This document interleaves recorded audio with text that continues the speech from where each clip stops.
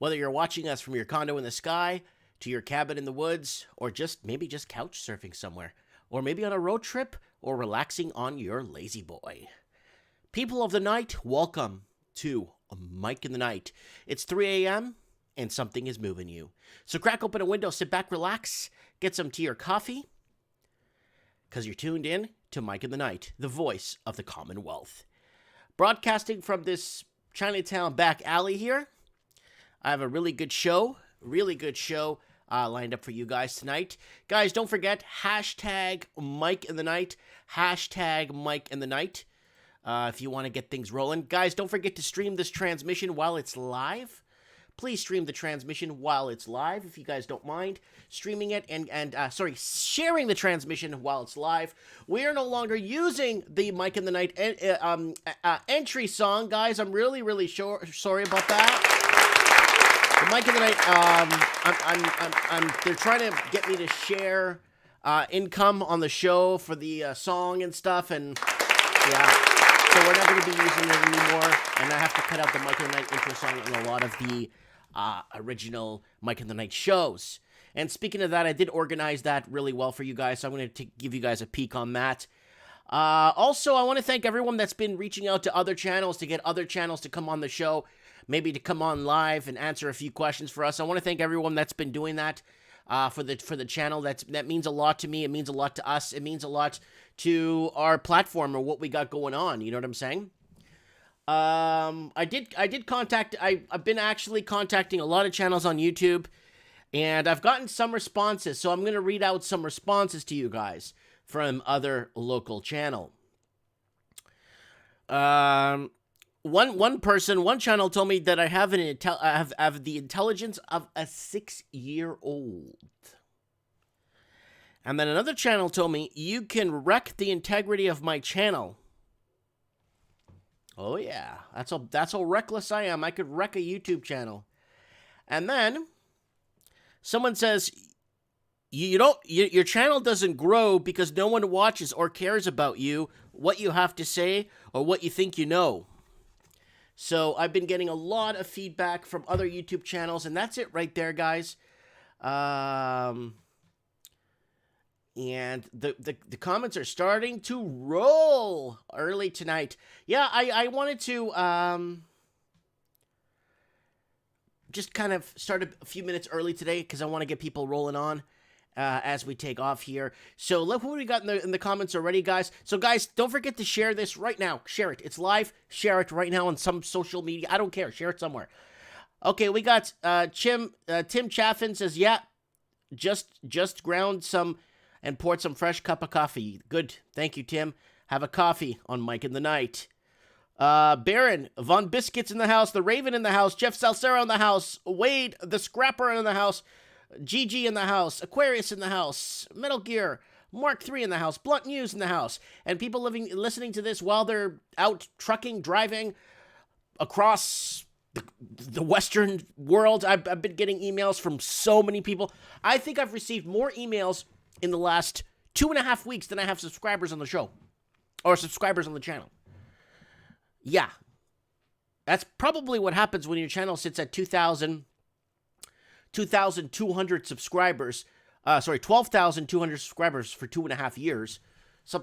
I think something gives somewhere, and yeah. Okay, so we're getting intermittent internet here, but it looks like it's streaming fine. All right. So we got a bit of snow here in town, and it is starting to disappear. We got a little bit of late October. So we usually get snow after a week or two after Halloween. Well, it's kicked off a little bit early this year. Someone's asking in the comments there. All right. Mike in the Night's 3 a.m. and something's moving you. Please go ahead and share this transmission right now live. It's Mike in the Night. Okay, guys, let's get over to, I want to get over to a quick channel plug. Then we're going to move into a couple of head stories. We're going to talk about the digitization takeover, whatever plan they're going to call it. Obviously, they're going to call it something like Operation We Love You or Operation You're Not a Racist or something. So you're going to be like, well, I'm on board with that. I ain't a racist. I want to be part of this too. So they're going to name it something once they start electronically taking over everything from every angle. Okay, guys, we got... Morgan Davies is saying he's going to get snow in Arizona next week. Jeff Salcero, Jefe Salcero is saying, we love you, Mike. You have a loyal following. Thank you. Tignim, no, you didn't miss the song. I kind of, we aren't using the song anymore, guys, because of the fact that I have to share income or share any income that the show makes, or very little income the show makes to the song. I guess something with the song is a problem, so we're not going to bother with it, and I'm going to slice it out of the old episodes. So we got Jem Rose saying that there's Chi-Com troops in Stanley Park. There's been rumors hovering, guys, so we're going to get to it about Chinese military in Canada. It wouldn't surprise me because Canada is pretty much now an autonomous region of China, believe it or not. It's not going to take much more time before they own all our electrical companies, internet companies. They're buying up all our mines and oil companies, so it's not going to take much longer till they own pretty much most of Canada's infrastructure. So no surprise there. Okay, guys, don't forget to subscribe to my channel, or to our channel, because this is us here. You're watching Mike of the Night, No More Physical ID, robots, all kinds of stuff. We have a guest coming on Trends next week, and let's roll over to here. Guys, I cleaned up the Mike in the Night. If you guys want to go on to the Mike in the Night here, I did clean up all the episodes, and I started from the bottom, and I'm working my way up and hashtagging everything. Hashtagging all the old episodes, and man, if you listen to some of the stuff we talked about on the show, and it's happening now from a lot of call-ins and stuff. This one, Fake Economy, Silver Gold. This one here was really good. I think Mike in the Night, America the Beautiful, Homeless Tent City. This is like from 2 years ago, but it's really good to listen to, you know? Mike in the Night, The Secret. This one's really good. This Mike in the Night's really good. A lot of good episodes here, guys, of Mike in the Night. If you guys want, if you got some time, you could put it on shuffle or random. Look at this from 2 years ago. Mike in the Night, Mass Exodus from Big City Collins. All kinds of Mike in the Nights here. If you guys have the time, maybe you could just easily rip them off YouTube, from YouTube to MP3 if you want to listen to it on your audio player. Okay, guys, let's move on here. Guys, we got trends in the housing market this Wednesday with Steve Saretsky. He's coming. He's going to make it this time. He promised. And Mike in the Night, I need you to set your reminders for the Halloween special next week. I want everyone to call in with a 10 to 15-minute true story. I don't want something out of a book. I don't care about books. I mean, I like books, but I'm saying I want a story. I want something that happened to you when you visited a cemetery and something weird happened. Or you're playing around with an Ouija board. I want to have a spooky Halloween. I want to get in at least 12 to 15, maybe 20 stories in one night. So I want lots of stories. I want All Hallows Eve, Halloween. I want stories. I want to hear what you guys have to say or what happened on what. Or it doesn't have to be happening on Halloween. It could have been any time.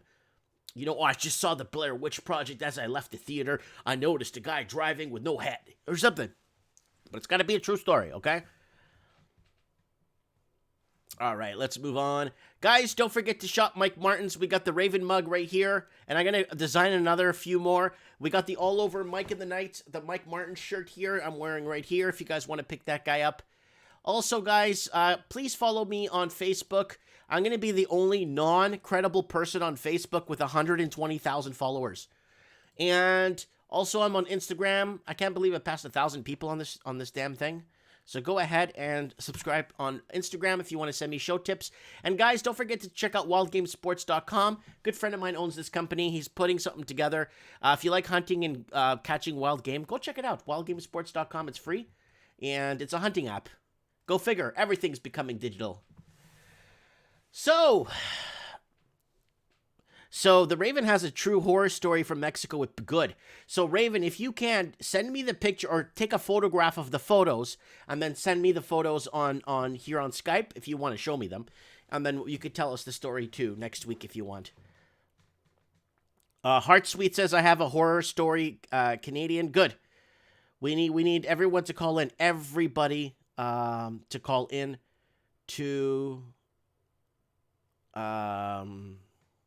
someone's asking if it was a stolen riff, the Mike and the Night song. It was not a stolen riff. There was a license purchased for it for up to 10 years or whatever.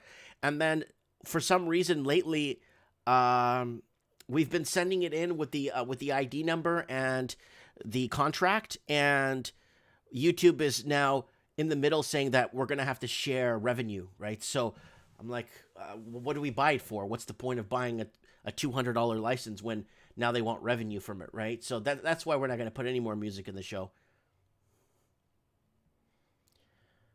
Okay, Hitting Stack says, yeah, you told me on Skype. I saw that. Mike, I have 2 horror stories. One crematorium, and the other one is near a canal near the park. Yeah, you're going to have to tell us those stories, Hitting Stacks. Please call in. No, I believe they're real places. So please call in. Please call into the show with your stories next week for Halloween special. It is Mike in the Night. Okay, guys, let's kick off some news. I've been talking for 8 minutes straight. Now it's time for, let's go over some current affairs, and then we're going to jump in to a couple of callers and find out what's going on. So let's start off with USA Today. I kind of wanted to throw USA Today out there today. Penn says COVID.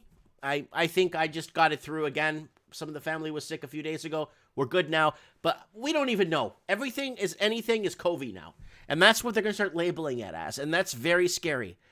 They could turn around and say, by the way, if someone in your house has it, we're going to isolate the rest of your family in some camp somewhere. Don't be surprised if they say that. The Electoral College can pick a president who got fewer votes. Okay, popular vote, Electoral College, we talked about this 2-3 years ago, and why Trump. So I had a lady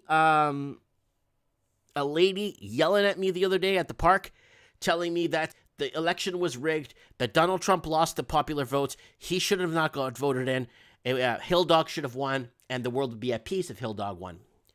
So I tried to explain to her that the Electoral College was designed so that the 2 big cities at the time when they rolled in the Electoral College, two big cities, New York and I think California, could basically, with the popular vote, could go ahead and vote in the president every 4 years.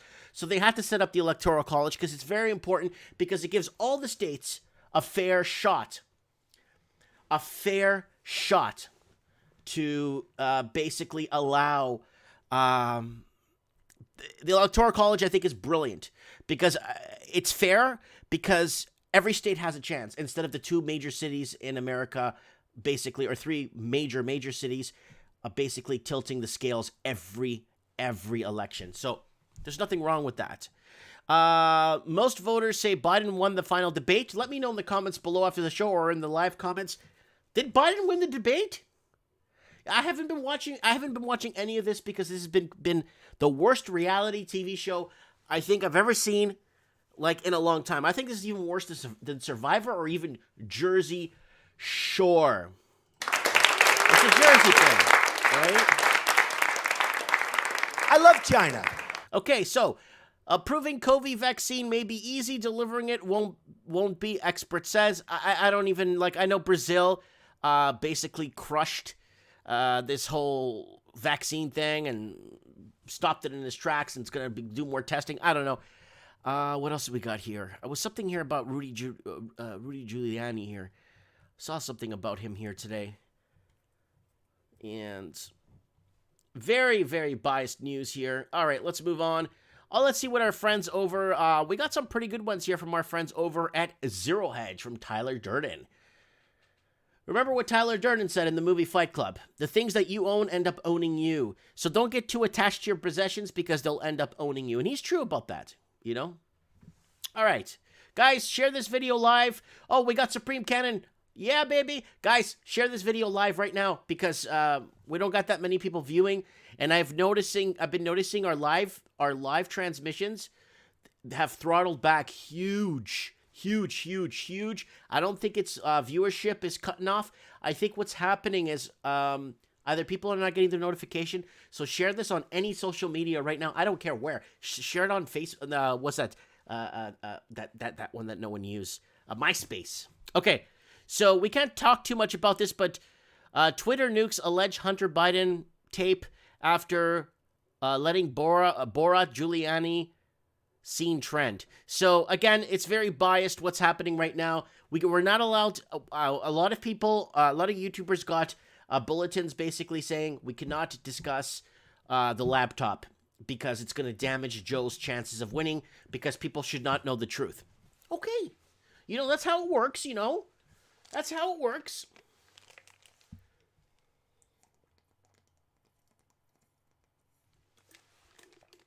Okay.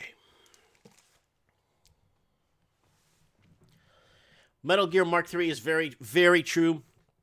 The cyberpunk programmers outnumber the government contractors. Not so many people know what that means. If you know cyberpunk, if you played Shadowrun, you know what I'm talking about. Okay, no signature, no match. No postmark, no problemo. That's actually spelled problemo. This week in ballot shenanigans, I believe Pennsylvania would be the #1 state that Trump could win and have stolen from him through voter fraud. Okay, so they look like there's obviously no barometrics, no proper transparency, and I'm going to throw this out there, and I'm going to be the first one to say this. Look at this guy. That Venezuela in South America, borders Colombia, and Brazil, Portuguese America, had more of a transparent elections than the United States is. In Venezuela, they had Falcon, and they had the current president right now, Maduro. And the guy that's supposed to be the president of Venezuela never ran for presidency. He wasn't even on the ballot. He wasn't on the pollsters. He never existed until after the elections. But it was very transparent. They had people in from Poland. They had people in from Germany, Australia, I think Iceland, and I think Russia, and I think Bermuda. All these countries were there to observe the Venezuelan elections. And they said it was the most transparent, the best barometrics, the best organized elections they had, and Maduro won fair and square by 4 million votes above. And they turned it around, and then they got some guy, Guaido, to come in and say, you won the presidency. And he's like, I didn't even run. Well, you won. So, you guys know where I'm going here, right? So let's go here. So no signature. So why don't they try and bring this kind of technology from Venezuela for voting? And again, the Polish people that were there, I was reading it from a Polish newspaper translated into English, basically saying that Venezuela had one of the best barometric voting systems they've ever seen. Impossible to crack, like impossible with the technology we have without quantum computing. It's the best. And why isn't America using it? Again, no signature match, no postmark, no problemo. And why are they allowing this? What's the point of voting then? Sam's Club to deploy robot cleaners for all us stores amid contactless shift. Will result in more job losses. So there you go. Contactless cleaners. We're going to go clean the floors. Doug Casey on his way to the 2020s will likely be the most turbulent decade in 250 years. And you know what the funny part is? We're making it. It's not a real... Okay, I'm not talking about... There's no real pandemic, like a Spanish influenza out there. There's no meteor that's going to hit, like, a huge biblical events that are happening. We're doing it. Everybody watching this, all of us, we're making the next 2020 decade the worst decade. It's because of us. It's time to defund the NPR. GOP Republican slams NPR for refusing to cover Hunter Biden laptop bombshell. Well, you can't cover that during the election. Only if it was Trump's son. See, if Trump's son had that laptop and it was Trump, that would be front and center on every friggin' mainstream It'd be everywhere being slammed, and it would be all over like stormtroopers into Poland. I ain't making this up. The $1 trillion F-35 fighter program does not make Americans safer. Really? I could have told you that. You didn't have to spend $1 trillion on that. Heck, you could have fed half the country with that. Well, $1 trillion, you could feed the country for a year with that. But yeah, they need to create something to make people feel safer.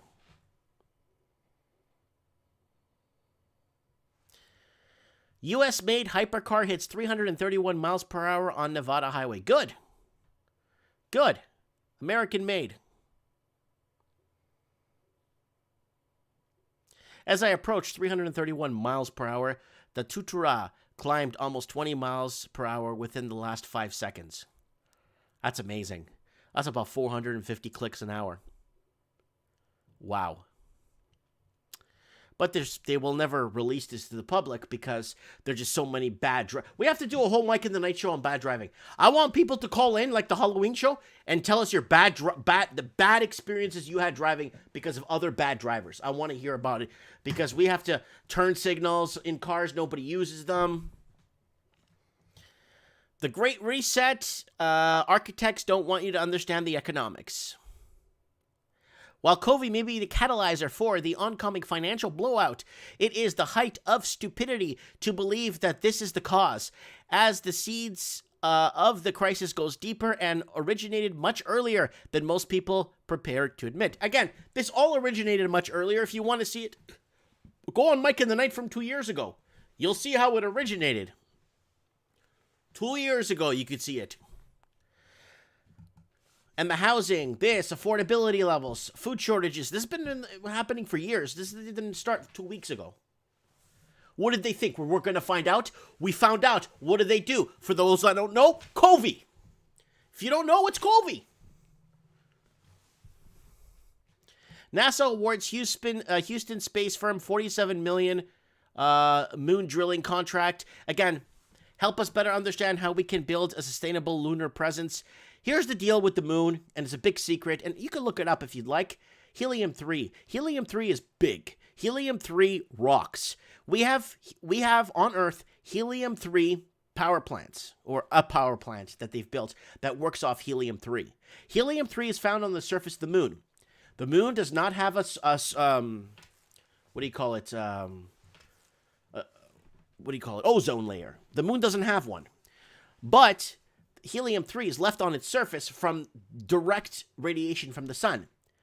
And a dump truck of helium-3 could suffice the Earth's, the saying was, a dump truck of helium-3 could suffice the Earth's starving energy problems for 100 years.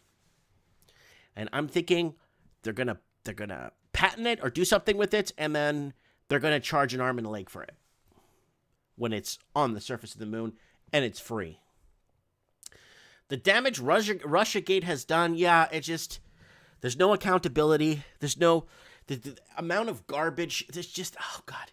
Top 10% of Twitter users create 92% of tweets in the U.S. and 69% of them lean left.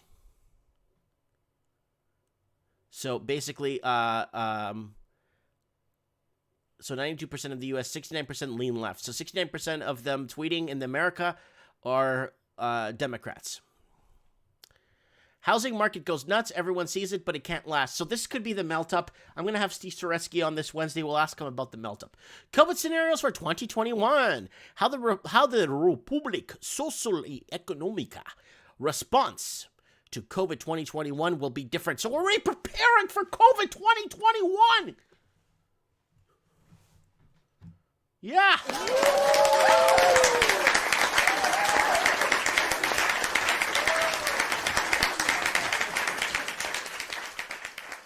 Okay, guys, tonight's topic, robots, takeover, physical ID. So Ontario's introducing this, guys. Ontario is a province in eastern Canada, southeastern Canada. It borders New York State. If you're in the Commonwealth, that's where it's located. And it's starting in Ontario, and you'll start seeing it pop up in Australia. New Zealand, the United Kingdom, they want to basically start with the free countries, the English-speaking countries, or the countries that are free will start with this. They don't care less than Zimbabwe or what's that, Argentina right now. They want to get this in line. So basically the people who think they're free will come down a few notches into basically a spectrum of a balance. You know what I'm saying? Okay, so here it is. So there it is. The Ontario government just introduced a new project that, if it goes well, will eliminate our need to carry around physical health cards, driver's licenses, and other forms of provincially issued ID. So you're going to walk around with a phone that needs to be charged at all times. So you could present your ID, whether it's your driver's license, your health card, your passport, I guess you tap for debit, right? Then we got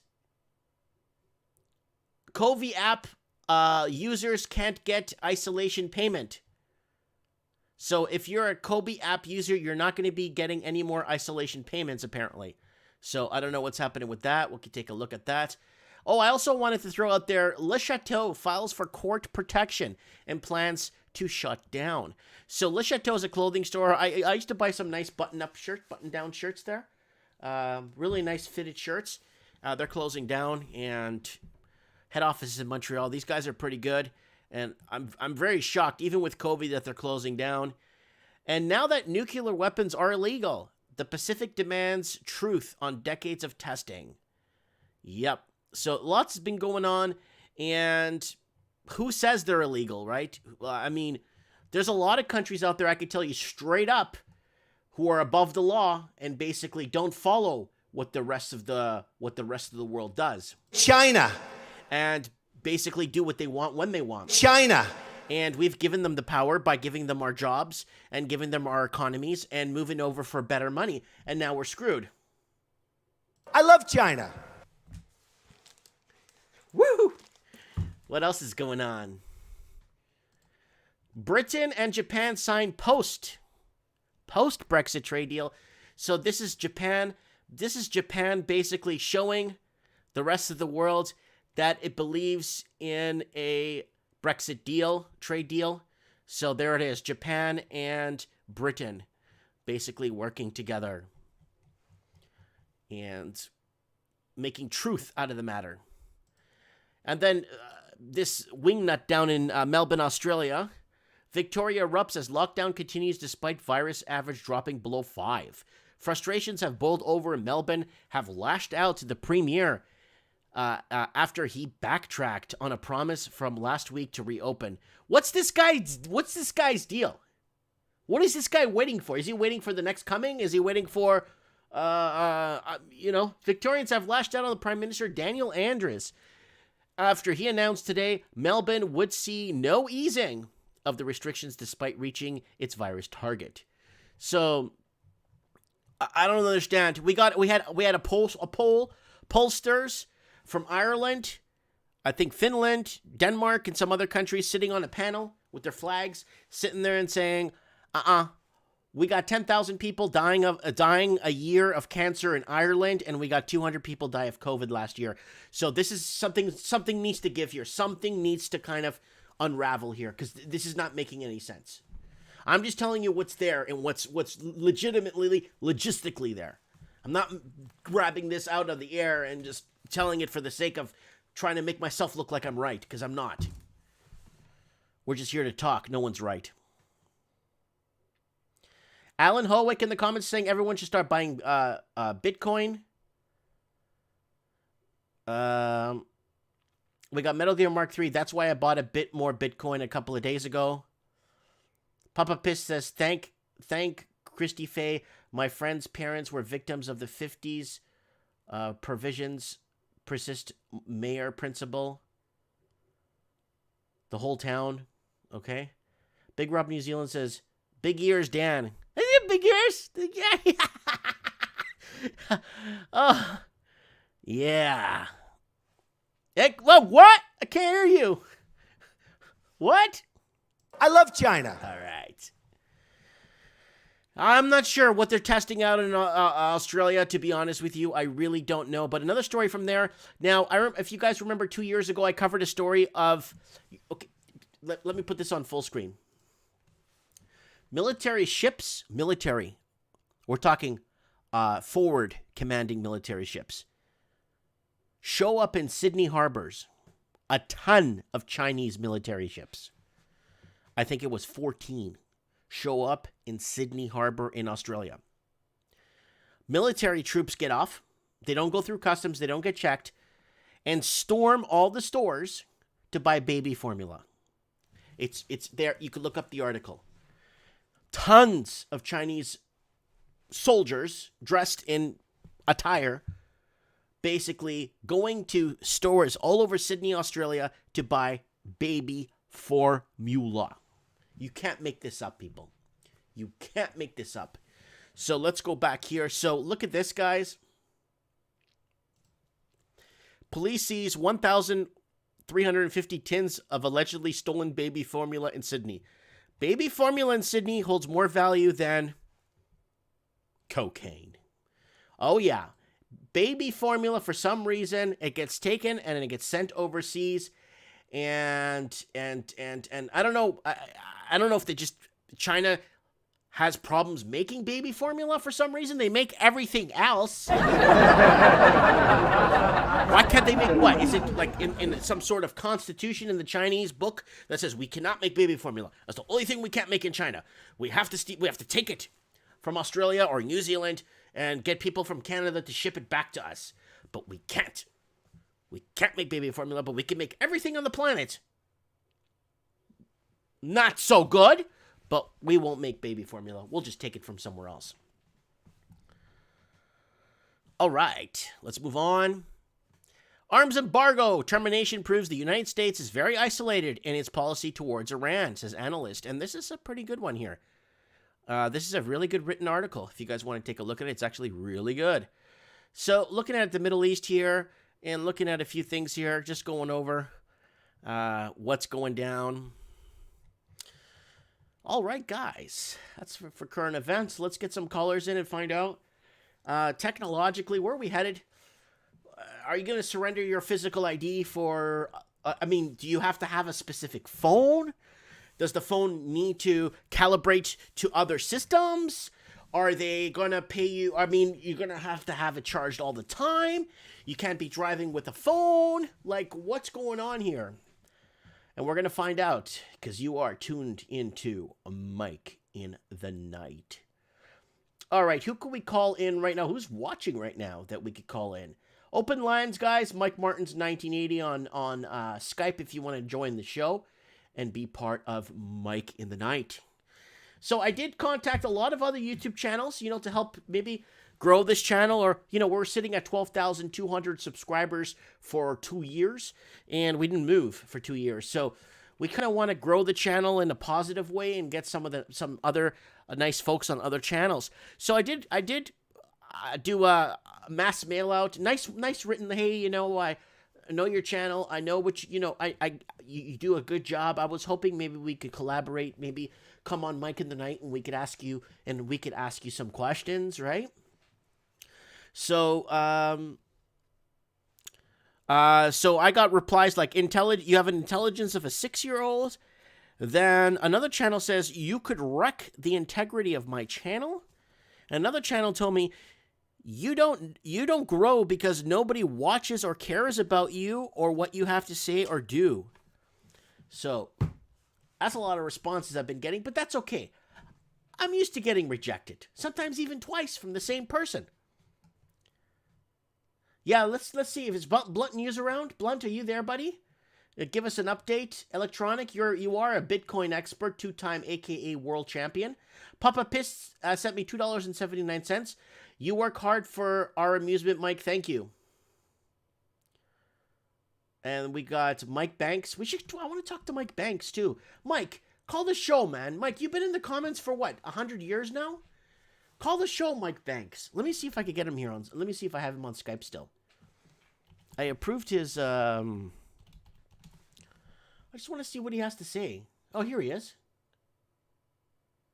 Wait, this is from Great Britain. I don't think Mike Banks is in Great Britain because it's like 4 in the morning there, and I don't think he's up at 4 in the morning watching Mike in the Night. All right, let's see if we can get Blunt on. Let's see if he's okay. Let's see if Blunt News is okay. Okay, he's in my favorites. Blunt News. All right, it's always easy to find you when you're in my favorites.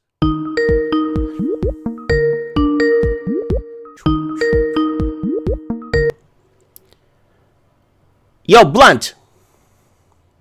Hey, Mike, what's up, buddy? Touch bone. Very good, man. Good, good, good. My Portuguese friend here. All right, let's get you on full screen now that you are here. So good to see you, buddy. How you been? I've been good. Yeah, staying out of trouble? The market's good. Bitcoin's running. Gold's still pretty solid. I mean, times are good, I guess, for those of us with real assets. Okay, so digital, are you going to give up your physical ID for a phone or to put on your phone? These sorts of things are gonna. I think they're just putting them out there right now. It's not gonna be. I don't think they're gonna make us do it right away. Well, Ontario is rolling it out, and that's why Ontario's rolling out this They're plan. talking about it. They did say it's optional. Optional for now. It's optional. That's how it starts. Oh, don't worry. You could keep your doctor. And then after Obamacare rolls out, you can't keep your doctor anymore. So, yeah, that's just one example there. So, what's going on? Did you mention in the comments that you bought a bit more Bitcoin recently? I always usually buy Bitcoin on dips. The last time I bought would have been probably, I don't know, couple months ago, maybe a couple weeks, 4 weeks ago or so. Okay, was that when you were on the boat? I don't know, Mikey. I'm always buying, right? If there's a dip in the market, I'll buy a little bit. Dollar cost average. Okay. So okay, that makes sense. I mean, when you look at the charts now, it's I don't know, I'm not buying right now, but that doesn't mean it can't go to the moon, right? That's true. I got this is probably all.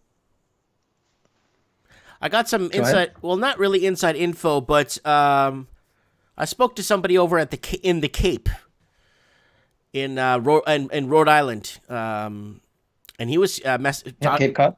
Was talking to me. Somebody was talking to me, and they were telling me that, hey, Mike, I want to let you know that a lot of big investors are picking up gold big time. And we're not talking physical, gold stocks, junior stocks, silver stocks, gold stocks. And a lot of these investors, and I'm talking like some big wigs out there, are buying gold stocks when they never bought gold stocks before.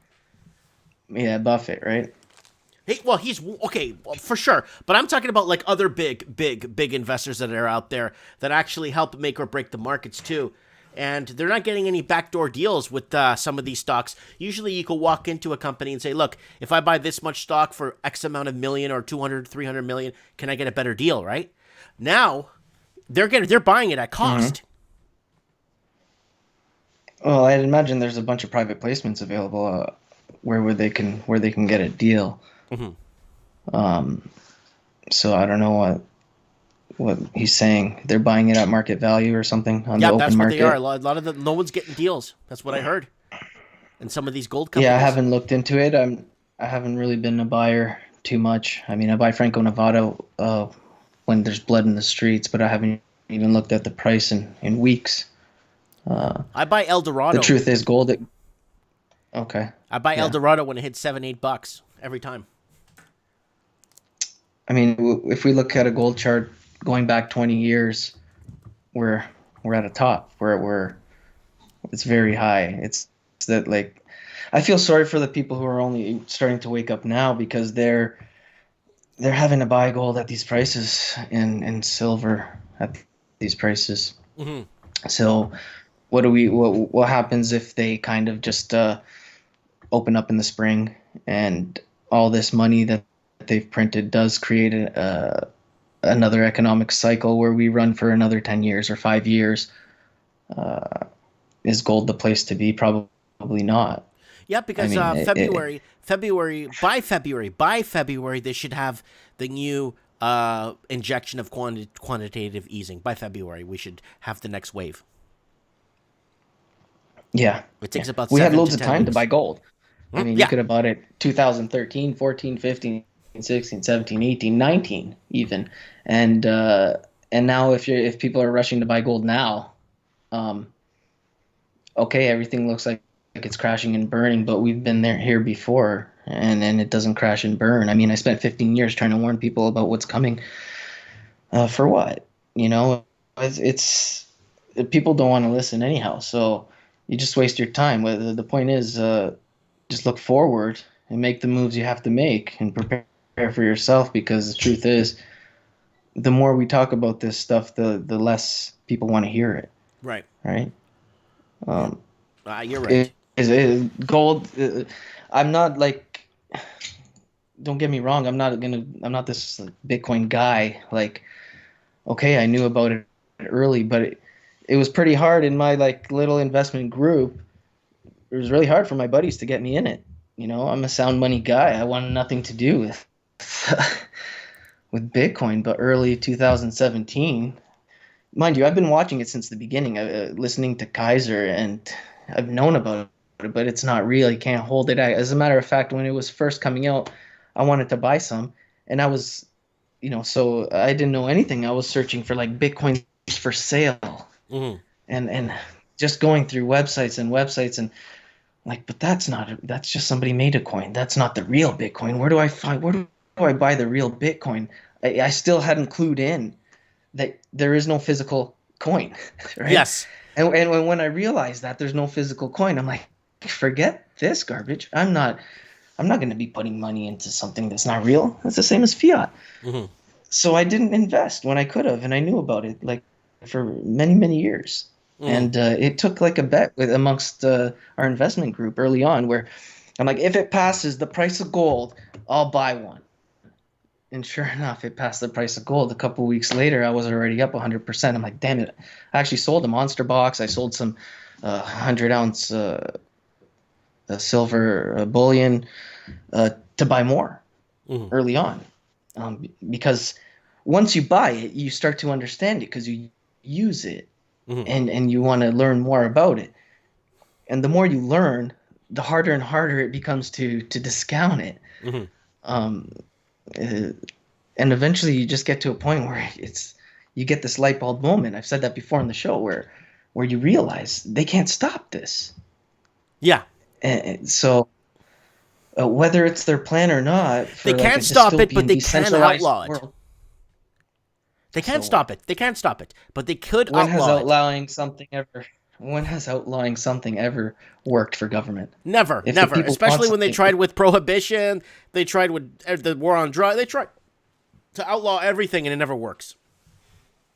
yeah, just think about weed, for example.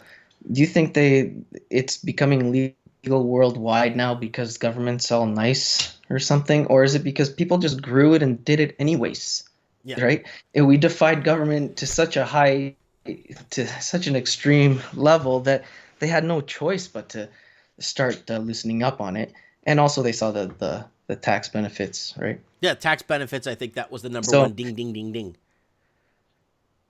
Well, because and they weren't. also Because they a were lot of realizing people. nobody's listening, Well, right? but blunt, a lot of people don't have money to pay fines anymore. So what's happened is they turned it around, legalized it, and taxed the crap out of it. Back in the day, a lot of people had jobs and had a lot of reserve and savings. Where you caught with pot, they charge you. You pay a $2,000 fine. The government gets its money. Now, no one's got money. You find someone, they don't pay the fine, so they just turn around and legalize it. Yeah. Well, and it blows my mind people are still buying it because we can grow it. I mean, every household's allowed to grow this stuff, so I see that field it's behind you. yeah, I didn't know what background to use today, but it's harvest season. I just finished harvesting, and I thought it'd be a pretty cool background. Sorry, I'm just feeling Canada's awesome, slightly no? under the weather here. Yeah, no worries. Okay. Any big plans? What's going on? Any big plans with anything this winter? I think Ford here in Ontario is trying to shut things down again. He's getting some pushback from the MPPs, but I think it's inevitable. Maybe we're going for a second shutdown. If that's the case, I'm gonna be working more on just doing podcasts and that sort of thing. Mm-hmm. We do have something set up for election day, a live stream. Can you put your link in the chat in the bottom there when you get off? The chat, it won't work because Okay, then leave me the link. Leave me the link on thing. Okay, on Skype, and I'll put it in. yeah, it's there. I just gave it to you. That's a D Live that I just set up. We did a test run earlier today, but it's not on there. It was just a screwing around test run, and then I deleted it. But that's where I'll be live November 3rd for practically the whole thing. Okay. I'm anticipating I did an election. There will be. I did an election thing last election, when it was for the premiers. I just said, okay, I'm never going to do Canadian elections for as long as I live. It's not even worth it. They didn't discuss housing affordability. They didn't discuss affordability for basic life, homelessness, fentanyl, opioid. More people are dying in the city of Vancouver every month than have died in all of COVID. So they're not announcing this stuff. No. They're not issuing the problem. They're not. So there's no point in watching the Canadian elections. It's a waste of time. At least the American elections, it's like reality TV. It's kind of funny.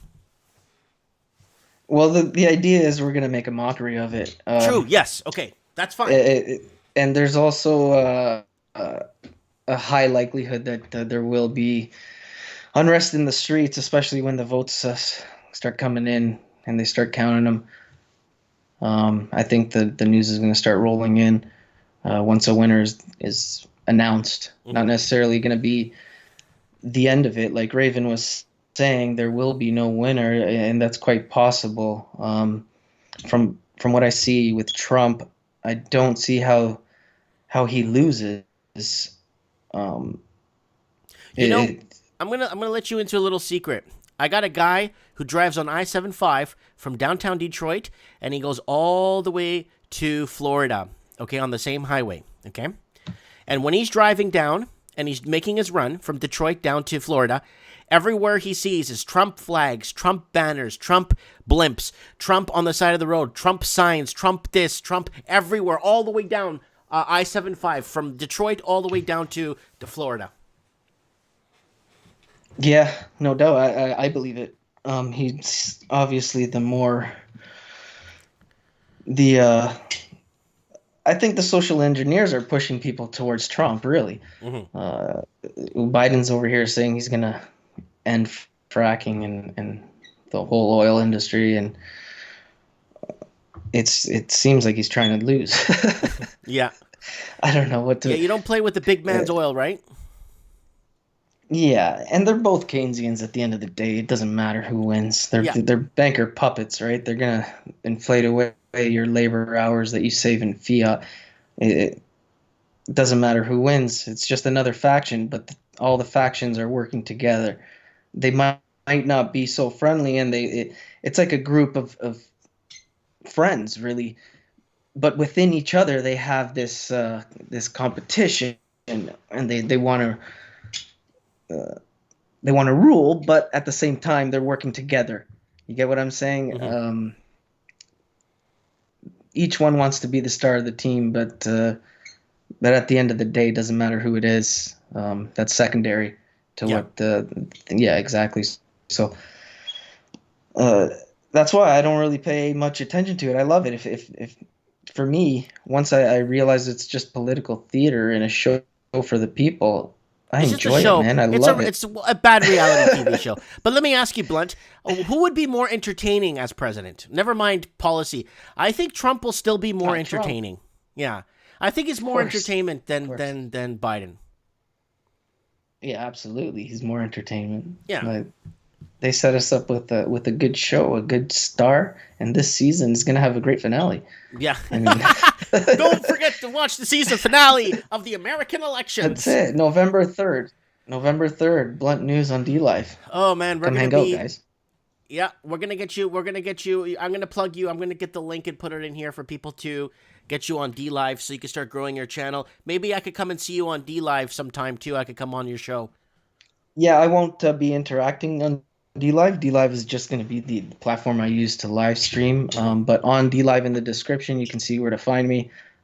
And yeah, that's how it's going to go. We're going to push the limits with DLive. We're going to try and get censored. We're going to try and see what they'll let us do. Yeah, It's before you basically a put too test of much the in. platform. Yeah, and that's why I don't really care about the lemons or whatever the hell they're trying to bribe us with. I'd rather just have the following be where I go. If DLive doesn't work out, I'll go somewhere else. So that's kind of why I have the Telegram as a home base type of thing. And I think it's wise to do that because these platforms they're centralized and they make the rules, and that's fair.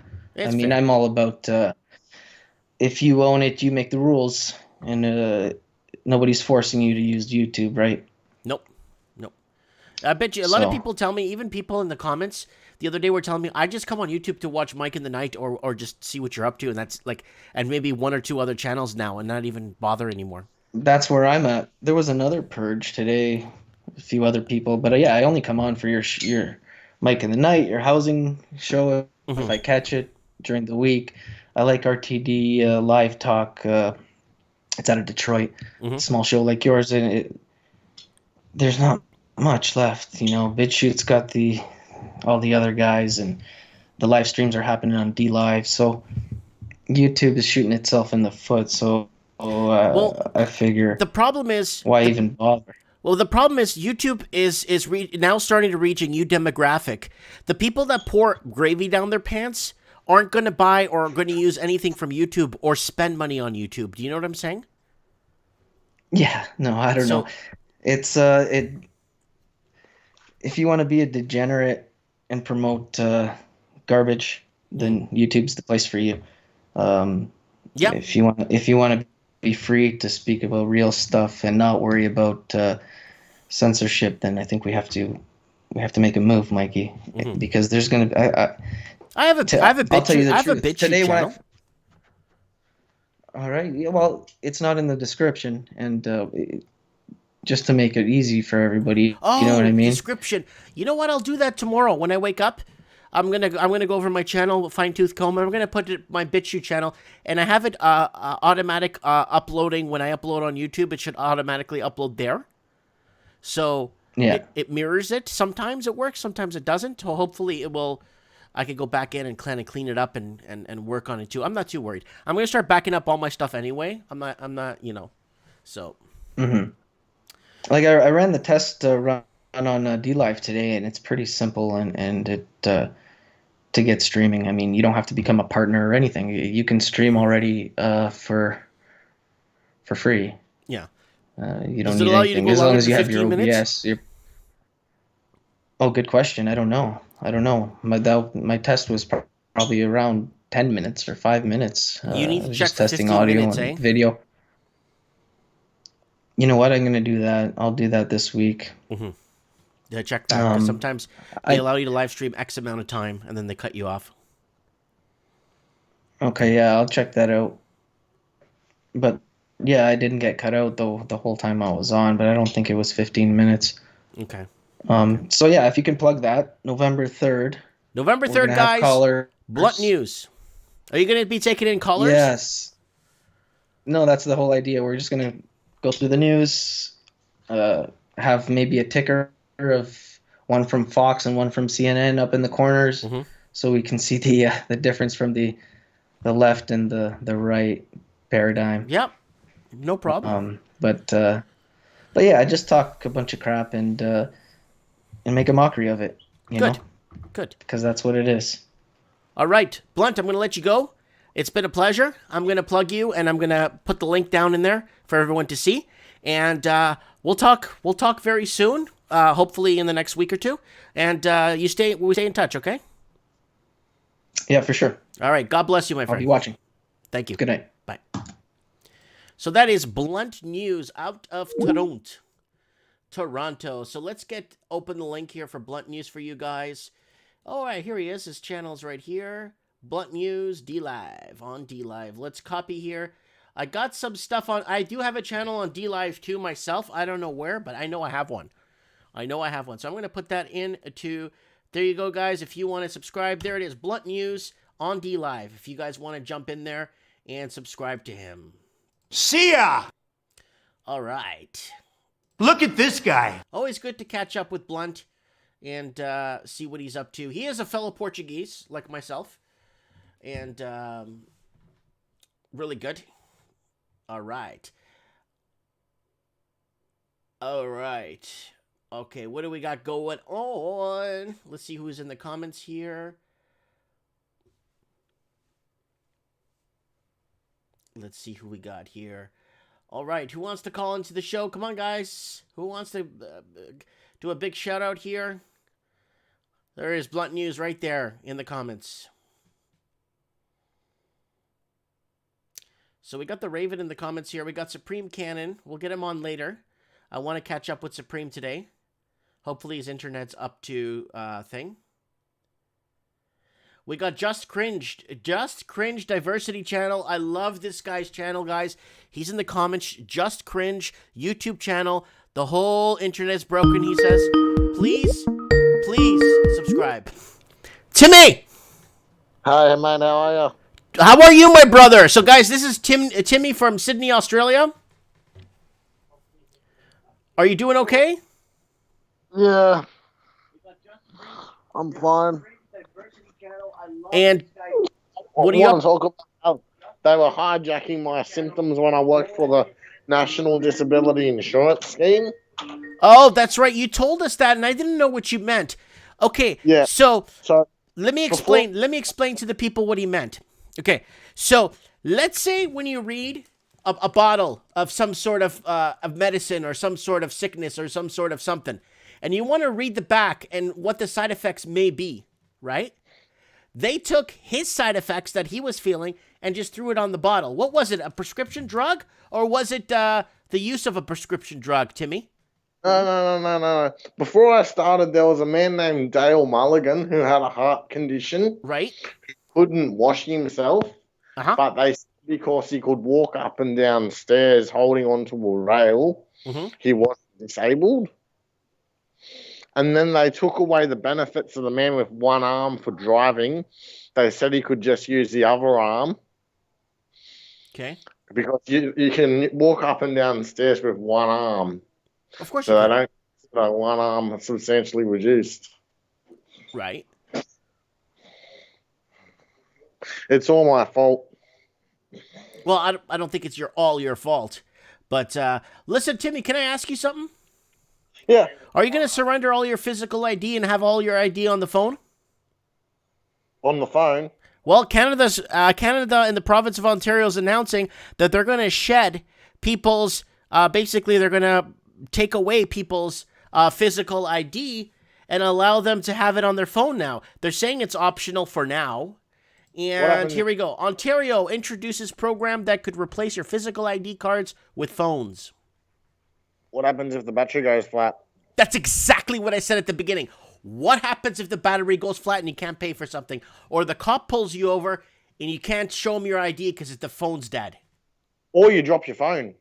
Yeah, or it falls in the water. Yeah, because phones aren't very sturdy nowadays. They break pretty easily. I think most of them are made in China, right? It's like, they want to get rid of cash and they want to do everything electronically. They want to get rid of paper money and just use card. Mm-hmm.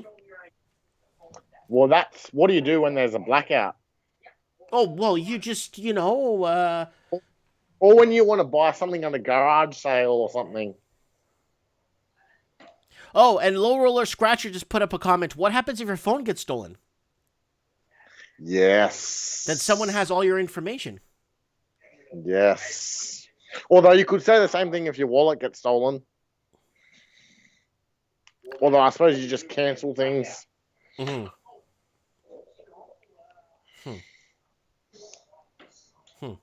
Interesting.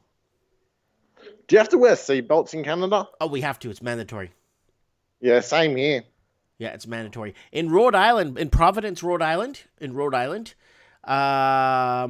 it's optional because it infringes on your human rights. Yes. I know in America they don't have to. Mm-hmm. In some states, you don't have to know. So what else is up, Timmy? What can you tell us? Not much. They've got the COVID thing and lockdowns and stuff, but I've been going to the shops. Everything's fine for me. Mm-hmm. Mm-hmm. Okay. You've been going to the shops, no problems. You're in Sydney. There's no major lockdowns. What's happening in Melbourne? Do you have any families in Melbourne? No, I've got family in Queensland. Uh-huh. There was a lockdown in Queensland, Yeah. but I think that's been lifted. Okay. Fair enough. But Fair. no family in Melbourne. Okay. That's good. That's. I mean, what do you think of Dan there? Dan, that premier. That's not trying to. That doesn't want to reopen the province. Hey, have you heard about Armenia and Azerbaijan are at war? Yes, Armenia and Azerbaijan is at war. We talked about that last week. Layla called in from the Middle East. I haven't watched the show in a while, but yeah, they're at war. Yeah, they are definitely at war, and we'll probably get somebody in to talk about that maybe next week and do a follow-up. We'll get Layla back in next week. We had her on last week giving us an update from Syria there. But, yeah. All right, And Timmy. Russia happens to both of them. Well, she thinks it's a 5G war. That's what's happening. It's just a 5G war, and they're kind of testing things out. So it'll be interesting to see what happens with that. All right, mate. All right, Timmy, I'm going to let you go. I'm going to continue here with the news. I'll talk to you later, mate. God bless. Thank you. Cheers. All right, that's Timothy. Timmy. Okay, Supreme Canon's messaging me, says that everything seems to be working. Good. Hang on, Supremo. We're going to get on. Yeah, Stephen Sewell says Timothy rocks. All right, Timmy. Lost Together Forever. Hey, Mike, how long do you think until they just embed a chip in your arm? I'm going to tell you something about that chipping thing. As much as they think, or as much as they think you know, or as much as they think that we know that they think what they know of what they're doing, I'm going to be really straight up with you guys. I really think they're going to have a lot of problems doing this because I think infection is a big deal. I think implanting something into your body will eventually reject it, whether it will spit it out or find a way to get rid of it. I don't think putting something synthetic, like, okay, I know about implants and all that crap, but putting in a chip in your hand or something, I think it'll irritate the crap out of you after a couple of years, and I think the molecules in it will start breaking down. I think it'll be a lot bigger I think they don't care about it, but being a problem in the person, but I think there's more to it. I think they want us to believe that they are so much advanced into this that we're being pushed back and scared about it. But realistically, I think they're going nowhere with this because I just don't think... Okay, we got cell phones, we got technology. I just don't think they have their finger on it yet. Really don't think they do. And if they do, they would have done it a long time ago. Metal Gear Mark III just put up a comment here saying growing your own food is literally printing your own money. That's correct. All right, guys, we're entering the first hour of the show.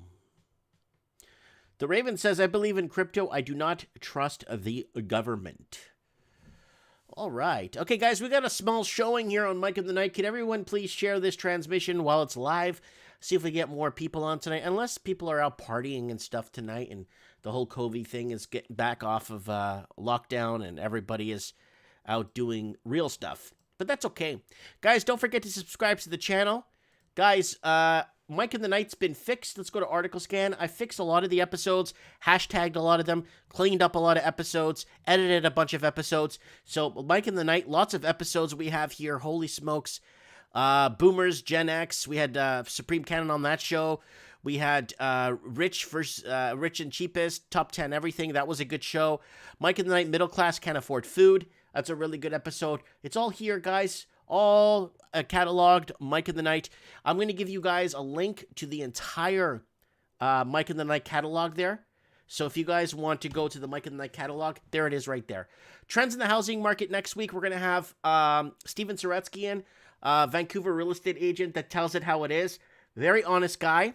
Very honest and down-to-earth guy. So hopefully he's got some good news for us, or could update us on some news on what's happening with the housing market, on trends in the housing market.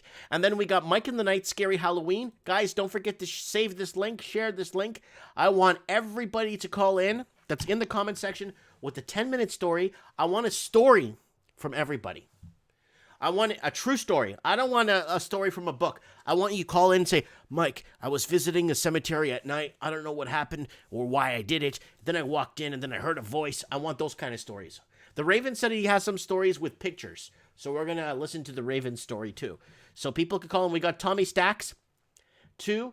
Says he's got a couple of stories he wants to share with us that are pretty scary. So it's going to be good to hear from everybody.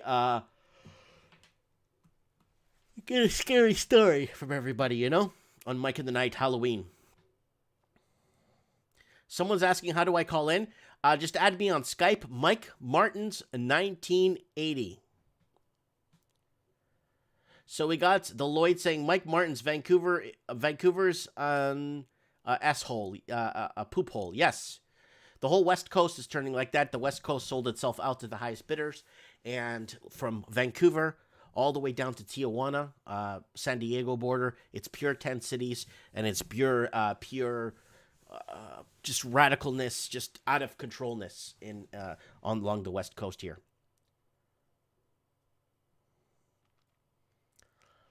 Call Sean. You know who I want to call? Oh, okay, we can call Sean. But Sean, we gotta go 15, 20 minutes. We can't go 2 hours. You know what I'm saying? Oh, Supreme Cannon said he's got no paranormal activity so far. Oh, no. That's not good. So we got to scare him. Hopefully we could conjure some spirits in his room. Okay, I want to get on. Okay, we'll get a few more callers on, and then we'll have Supreme to wind down the show at the end. Because nobody wants to follow after Supreme. Because Supreme is really in depth. And guys, don't forget to check out wildgamesports.com. If you like hunting and fishing, go check it out. It's a really good site. Lots of fun. Lots of fun. All right, guys. Mike in the Night.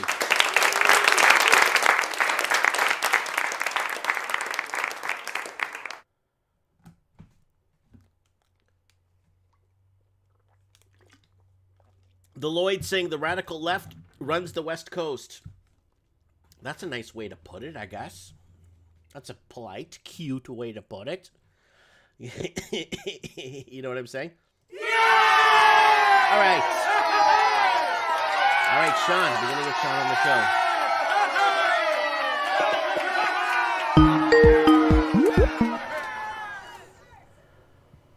Yo, what's up, Sean? Oh, not too much. It's just getting a bit colder. Yeah, it is chilling. It is chilling out there. Okay, digital wallet or digital ID, digital everything on your phone. What is Ontario, the province of Ontario, trying to roll out or test? What's the deal? I understand we're headed that way, but what's the rush? Well, the rush. I mean, it's like a checklist, right? So, like, if they feel like they can do it, then they're going to rush it, right? If they feel like they can get away with it, then they're going to try. So, basically, yeah, like a lot of the stuff that's being brought up today or this lately is stuff that, like, you know, it's been talked about. I mean, I think even my first, second, third call, all this stuff is, you know, the UBI swapped for your pension, getting knocked on fees for your banking and stuff. Like every little banking transaction you do, you get dinged.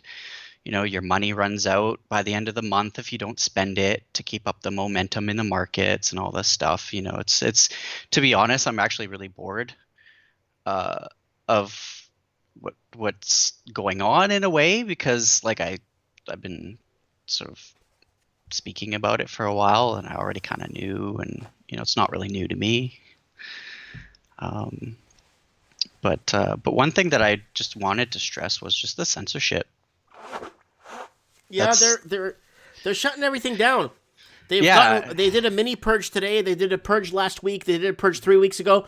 Yeah. They're getting rid of anybody. I mean, I don't know how much longer we'll be on this platform. I did back up most of my stuff, and my stuff, it's so amateur. Like, my stuff is so amateur. I don't even know why they would want to, it's like, picture it like this, Sean. Like, I'm like a guy trying to play guitar. I'm not getting the right strings. I'm out of tune.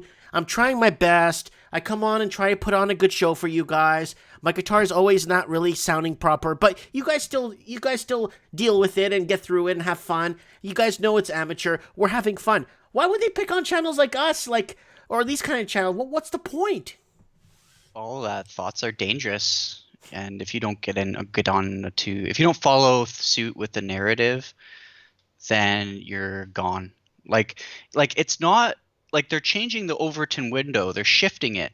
So, what's perceived to be your mediocre left-wing fuselage type of person, like Tim Pool, for example, is the new right. And anybody beyond him is not allowed, not acceptable, not welcome on the platform anymore. And it's not like they're spending a bunch of money just to target you. Like, they press a button, beep, bop, beep, and, a whole slew of people, just like Mike Martins, are being, wiped off of YouTube. They don't care if you spent your whole life working on it. They don't care if you live off of the income through social media and stuff. They don't care. Right. And, I don't live off the income. If I did, I'd be eating paper. Yeah, and this is what I'm kind of worried about in your situation, just because it's going to get to the point, I already see, okay, I'll tell you this much, what I see from a lot of people that got scrubbed, a lot of them knew they'd be scrubbed offline. A lot of them knew their days were numbered. Even if they weren't all that controversial, people know. I mean, even PewDiePie's getting screwed with his YouTube. And they're experimenting on him, shadow banning and taking stuff down. These are the algorithms learning how to operate and how to, they're perfecting their mechanism, basically. So, even if you, is your channel going to be worth watching anymore if you can't really say anything? Like, half the callers, what we talk about, it's not going to be acceptable. Mm-hmm.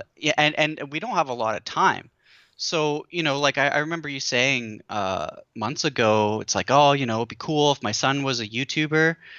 And me, I was just like, oh man, YouTuber, I changed that. I'd say a content creator instead of a YouTuber. Yeah, I know what you mean. Because all the eggs are in one basket. A good solution for your backups. If you want to have people to have access to your backups, there's library. So library is great because it's like a torrent type style. Mm-hmm. And on the front end user, it's kind of, you got to wait for it to load because you're downloading it at the same time as watching it. But what they have is they have something called Odyssey, which is more like a front end, and library is kind of more the parent company. But all the content from Odyssey is kind of derived from the library pool. Okay. So basically, it's just like YouTube. Go on Odyssey. I think it's odyssee.com. Okay. I think that's what it is. And it's great, like YouTube, except without the censorship, basically. And I know BitChute's pretty good. A lot of everyone's on everybody's on BitChute. Yeah, I go on BitChute more than I use YouTube now.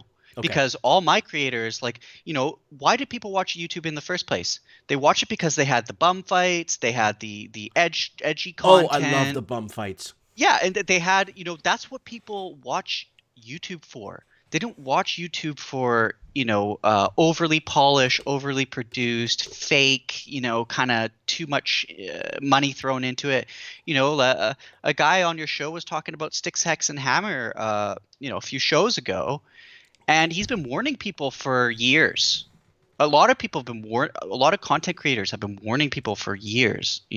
Look, this gravy train's only going to last so long. Please go to BitChute. Please go to Odyssey. Please go to anywhere but YouTube and Facebook. I get you have a lot of users on Facebook, and a lot is invested there. But here's the thing, you have a lot of censors on Facebook that work for the CCP now. Like they hire people from mainland China to moderate and go through people's posts and stuff and censor their stuff. So how long do we have on Facebook, if it continues like this, and it will. So, I would start maybe putting more eggs at different baskets, like YouTube, BitChute. BitChute's great for the consumer, let's say. But as for if you want to back up your full 1080p whatever videos, the resolution for uploading to BitChute isn't the greatest. That's what I noticed, and it's very clunky. Yeah, and that's why I'm suggesting, like, hey, put your content on library. People will be able to access that content if they go on Odyssey, and it's really smooth. I mean, I haven't tried Odyssey too much, but it seems to be really smooth and a lot better than library in that sense. And like what I noticed from a lot of these creators, I may have already said this, but what I noticed from a lot of these creators that got booted off is a sense of relief. Because they knew it was coming, and they're like, okay, at least I know now. And the self-censorship is like night and day. I watch a vigilante, and ever since he's been on YouTube, his content has been way better because he doesn't worry about what YouTube's gonna think, or some jerk online who doesn't agree with all your views, and they're out to get you. And this is the next step about what's going on in regards to the totalitarianism. Like you have the cops already dressed like black shirts, and you have the next step, I think, is going to be arrests for wrongthink, essentially misinformation. So if you have a different opinion that doesn't align with the mainstream views, at some point they're just going to flat out start arresting people and taking them away. So I mean, like, these are old tactics, and they use the same tactics over and over because they work. To form a communist sort of society. And I'm jumping here, but that gold mine, I just wanted to point out, I think that's just a future Chinese military base, because I don't think they have any intention on mining in Nunavut or whatever. I think it's more of establishing harder power because of China. My guess is, my guess is they're going to probably have a bioterror scare and then justify even harsher lockdowns through that. And then they're going to blame China for it or whatever. China is probably going to go after Taiwan.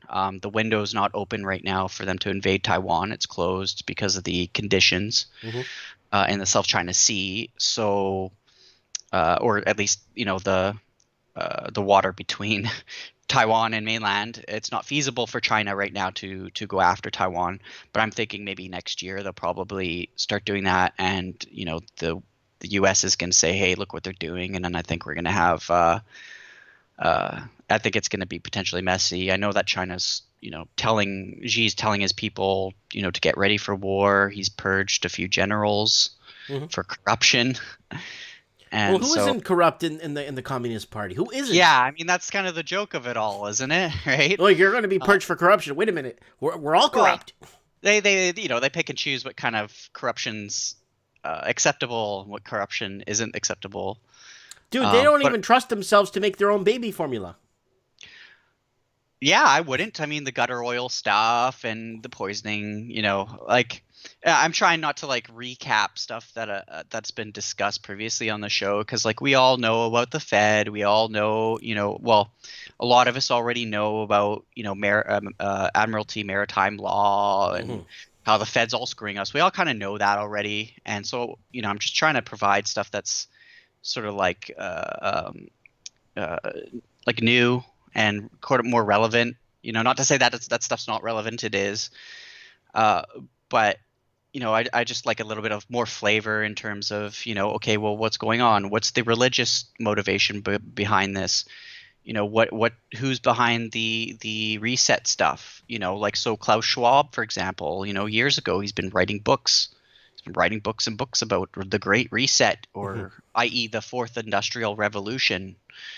And that's what he wants. He wants to. These people want to do this stuff. They want to burn it. They want to kill small business. If you have a small business right now, you're the terrorist as far as they're concerned. Eventually, if you don't do something right, if you get somebody to do your plumbing and they're not, union, or they're not authorized by the government to do it, but it's doable, then you are the terrorist.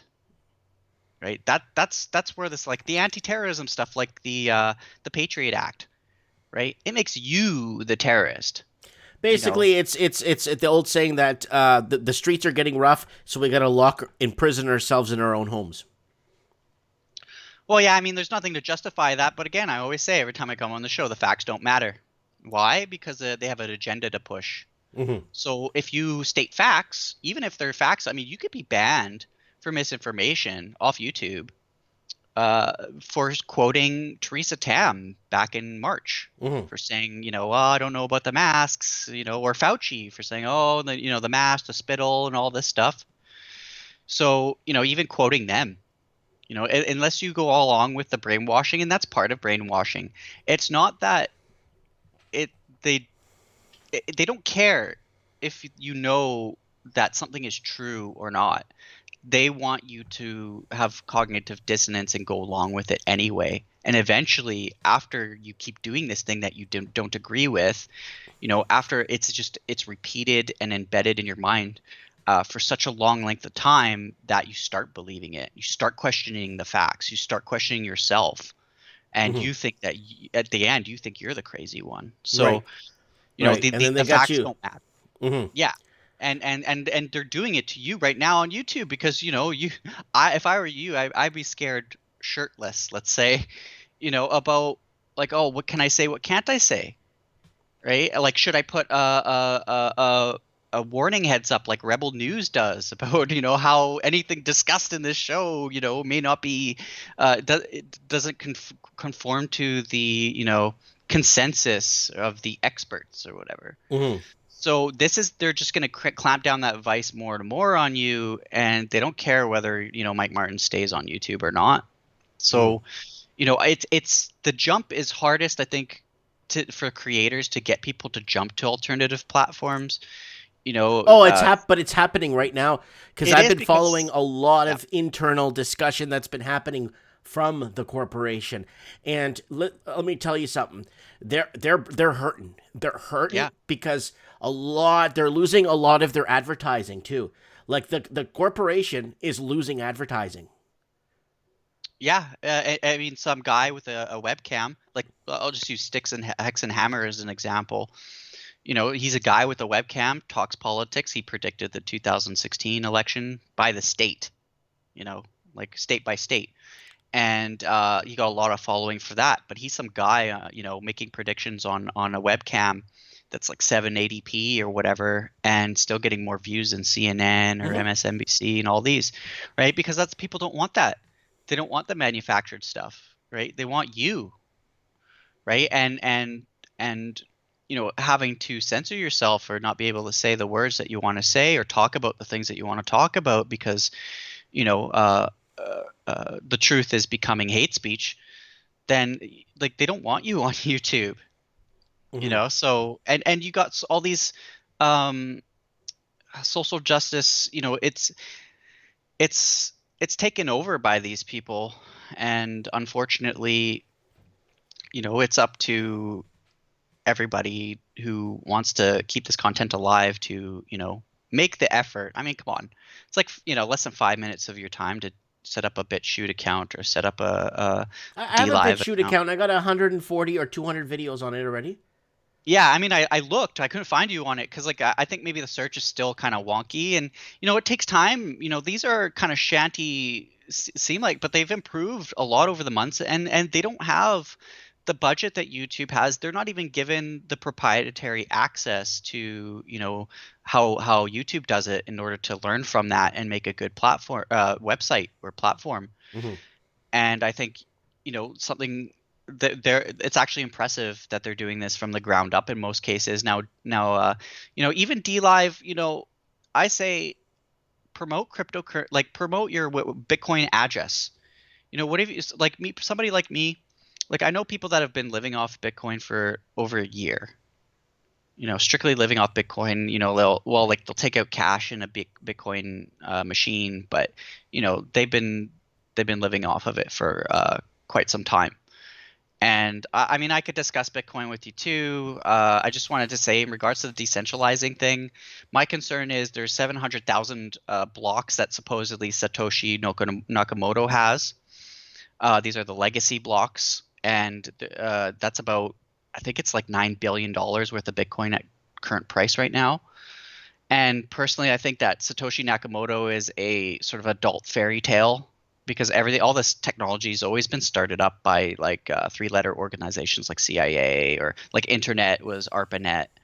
And they all start off as decentralized and free, and then they sort of get more and more enclosed. So that's my only issue with Bitcoin is, who has those Satoshis, or who has those Bitcoin that were initially mined that nobody's touched yet.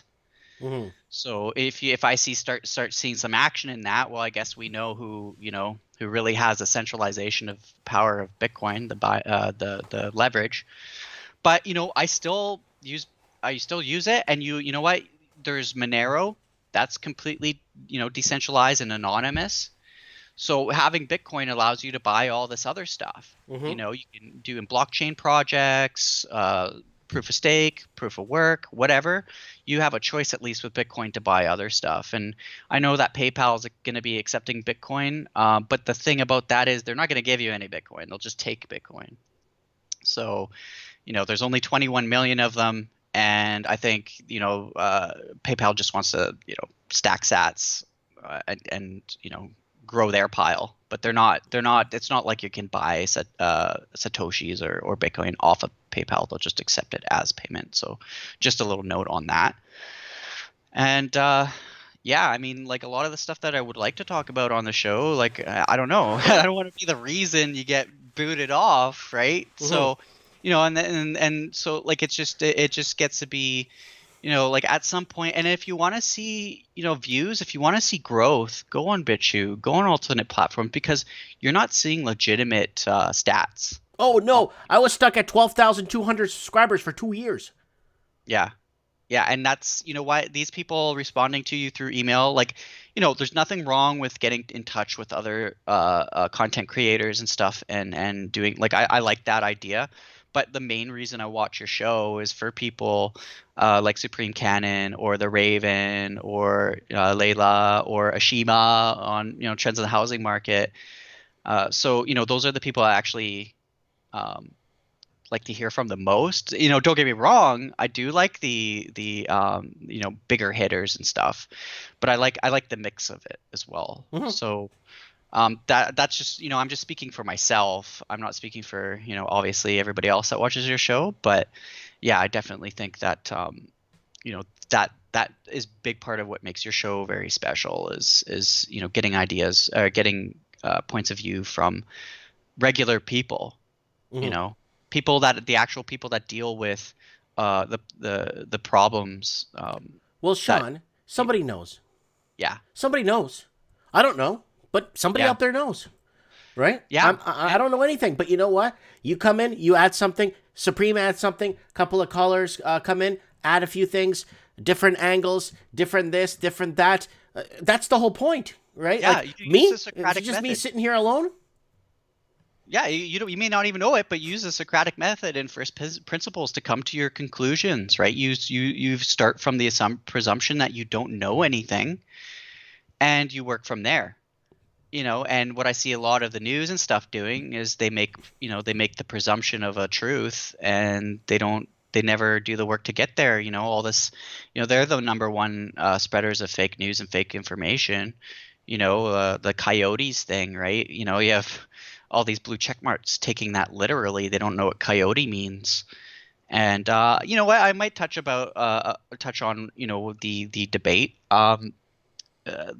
I think that basically Trump, not at the beginning, but like throughout the middle and the end, basically had Biden sort of biting his pillow, and let Biden go on, the more that's the biggest problem. Like the biggest enemy of Joe Biden is himself. So letting him go on for a length of time, he'll screw up because he has dementia. Yeah, it's like putting the what is it, the accused on the stand, right? When they know that he might slip up. Well, if the accused has dementia, Yeah, like, well, yeah, I get what because you're saying. Yeah, yeah. because he was calling you like what is it Abraham Lincoln Hitler and stuff, and like it was just you could tell like he was just malfunctioning then. And I think I actually feel sorry for the guy. I really do. me too. It's like a weekend at Bernie's, like you're just you gotta pump some drugs into the guy to get him to get him back to life. And I thought I Hill think, Dog was bad. yeah, they're both bad. Well, I think they're just plants to get, just to help divide. What Trump did a really good job of doing in the debate is he drove a wedge in between the far left and your fuselage leftists, because you just can't consolidate the two, and that's what the Democrats are trying to do. So like the oil, for example, in Pennsylvania, or the Green New Deal, your average fuselage left-wing person is not gonna like the Green New Deal. The majority of Americans right now are thinking, how am I going to pay my bills? How am I going to get by? What's the situation with law and order going to look like? Because it doesn't look good. But from the ultra leftist perspective, their perspective is because people voted for Trump in 2016, and they voted for, and they're probably going to vote for him in 2020. You are basically the fascist, the business owner, the regular Joe, your regular average person is going to be considered the fascist, and they're just going to keep burning down your stuff, go into your neighborhoods, burn down that, because you are the fascist now. So because you voted for Trump supposedly, or you're not following you're not doing what they want you to do, which was to vote for the the leftist candidate that promised them the world and more. So they won't take a win or a loss quietly, I think. And Biden, is he going to do what he said? I mean, the guy is lying like constantly to your face. He says one thing on his website and he says there's a lot of stuff he won't be able to execute that he's trying to promise. It's almost like an offshoot of Bernie Sanders, but less with more of the federal planning and more of the. He's taking from Bernie's playbook. Yeah, he's taking some policies from Bernie. Yeah, and because he's pandering to the AOC crowd, and but he still needs to keep his middle ground left, usually Democrat voters, and they don't have, there's too much of a gap between commonality there to consolidate the two and get them to unite against the evil right wing crowd, Trump supporters or whatever. So yeah, I mean, like the whole Giuliani thing was fake news. He was taking off his microphone, but the media went and ran with it anyway. The coyote thing, but at the end of the day, like this is all by design, because I think Trump is leading his voters toward due process later, take the guns first, vaccine, we're going to get the military in to do the vaccine. Here I'm promoting Regeneron, as if to say that like the president, one of the most important people in the US, is patient zero for testing of Regeneron. I mean, give me a break. He's selling you a product. He's selling you hydroxychloroquine, he's selling you Regeneron, he's selling you test kits. And he's getting Trump voters who normally wouldn't take a vaccine. He's like, oh well, it's Trump. He's gonna get the good vaccine or whatever. It's all the same people, though. It's all the same people that are, be it Biden or Trump. The same companies are the ones that are producing these drugs and bypassing, FDA checks and all that.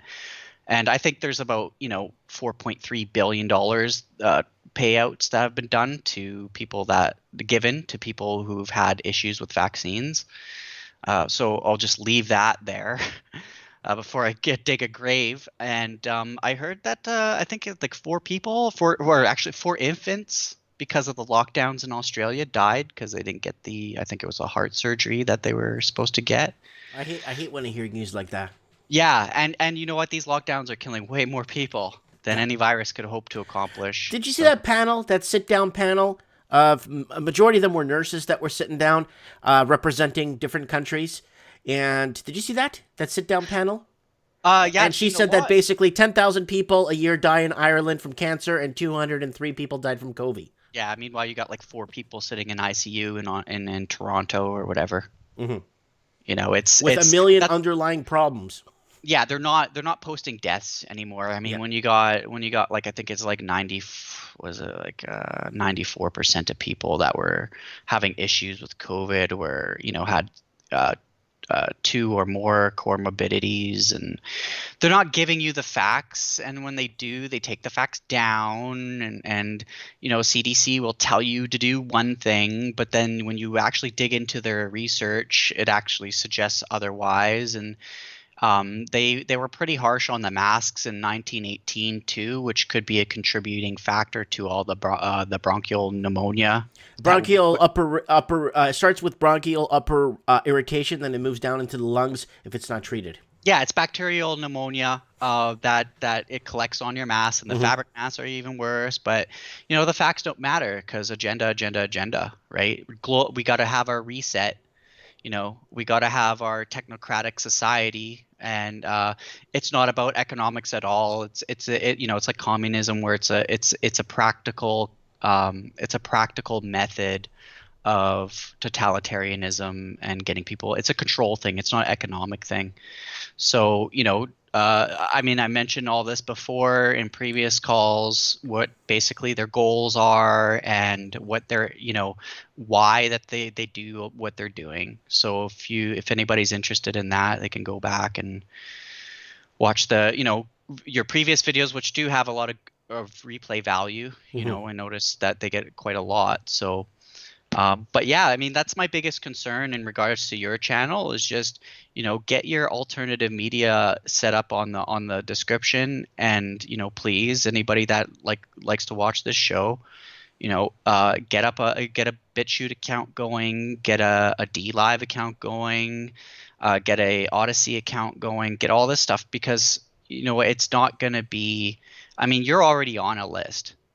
I'll put it to you that way. You're already on a list along with a lot of other people, because, you say we all on this show, most of us say things that, people don't, the powers that ought not be, they don't want us to tell the truth. And that's the only weapon we have, is the truth, and saying no, and, sticking up for ourselves. I think saying no is very key, I think. And it's over. It's over if the majority of people just stop wearing masks. If we could just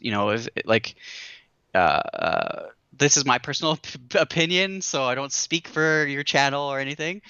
But I think that it's a major loss for the powers that ought not be if majority of people kind of woke up and stopped playing along with these absurdities, because as Voltaire said, those who believe in absurdities, or those who can get you to believe in absurdities, can get you to commit atrocities. Yep.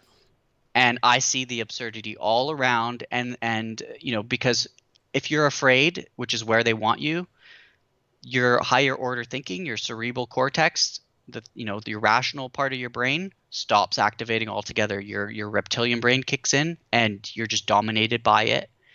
And it's going to be rough. It's going to be more rough for the people that comply than at least right now it's more rough, because I feel free, like, at least as free as I can be. It feels good to say no sometimes, actually. It's like, no, I'm medically exempt. If you need to say that, say that. Right. So yeah, I don't want to keep you too long, but yeah, November 3rd. Don't forget, guys, if you want to tune in on DLive and watch Blunt and I. I'm going to plug it again. Hold on, guys. DLive, I'm going to give you guys the link to Blunt News TV right here. Copy, and I'm going to paste right here. There it is, guys, for D Live. If you guys want to check it out on November 3rd, they're going to be live all day during the election. So that's going to be nice to see that. Yeah, I'll and tune in. Yeah, I mean, and I'll be setting up. I'll be. I'm trying not to say but I'll be trying to set up something for on my end. So maybe a month from now or so, get that started, and because I do have a lot to say as well, and it needs to be said, and I'm not in this for money. This is it's a cause, because this is very, very I'm not important. in this. Like I was telling a couple of friends the other day, like it's like, oh Mike, what if somebody sends you some shut up money or just like paid you to? It's like I'm gonna be really honest with you. If someone laid $4 million there, I'm like, so what? What am I gonna do with $4 million? Like for what? It's not gonna make any. You know what I'm trying to say? I'm in a position where nothing. I don't care. There's nothing. There's nothing no one could give me. You know what I'm saying? Yeah, and you know what I say, like, I think it's when everything's taken away from you, you realize, that's when you realize who you really are. Mhm. I really do believe that. And at this point, I've moved to an island. I've prepared to the best of my ability, given the resources that I have. Mhm. And I don't really. It's the materialism. It's it's fleeting, and that's not what's going to make a human being feel happy. If you're a sociopath, great, be a materialist. But if you're a human being that cares about others, I think that more important now than ever is your relationships with other people, and your influence on other people. Reinstilling those solid, not mere materialistic values. Mhm. Like family values, ethics, morals, whatever you want to call that, non-aggression principle. Let's get back to the basics and go to natural. Natural law is basically all you need. Everything else is an entitlement, right? Yeah. You want free healthcare, that's an entitlement, Yeah. right? So, I think it's just if you are somebody like me, or if you know that something's wrong and you're questioning this thing, don't feel alone, because you have a gift. You have a gift of foresight, and I don't know what it is, because like a lot of people aren't seeing what's going on in it. And to me, it's like incredibly obvious that what they're doing. They even tell you to your face. They even tell you the Great Reset, Dark Winter, Mhm. right? That's the only honest thing Biden said during the debate, was we're gonna have a dark winter, dark winter. Mhm. Probably So got that that. from a Mary Shelley novel or something. Well, it was an actual operation on bioterrorism Oh, and never how the mind. government would respond. Yeah, no, that's a real thing. It's a real thing. But yeah, I mean, I don't buy into the false left right paradigm. Like, you think Trump is gonna save your day and all this No, stuff. no, no, no. I like. Yeah. I just think Trump is more entertaining. Is all. Yeah. I mean, hey. I mean, I watch the debates just for the lulls. Yeah.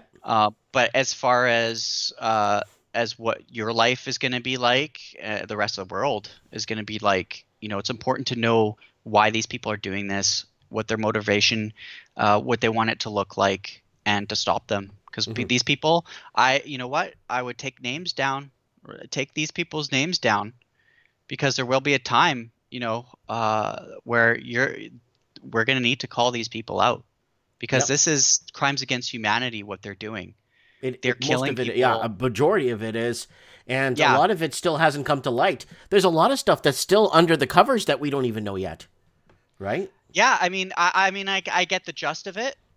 I mean, just because they'll say chip, like in regards to the quantum dot stuff, that's icing on the cake. They don't need your quantum dot tattoo. All they need is you to buy your Apple Watch. They want you to buy your own manacle, buy your own chains, buy your smartphone that Hmm. tracks you, and allows it it, it it allows people to mine data off of you and use the information against you. Facebook, Exactly. same thing. Facebook has your geolocation. Zuckerberg also owns Instagram. Hmm. So, like, you ask yourselves, you know, is it worth it? Because your cell phone is going to start off as your digital ID.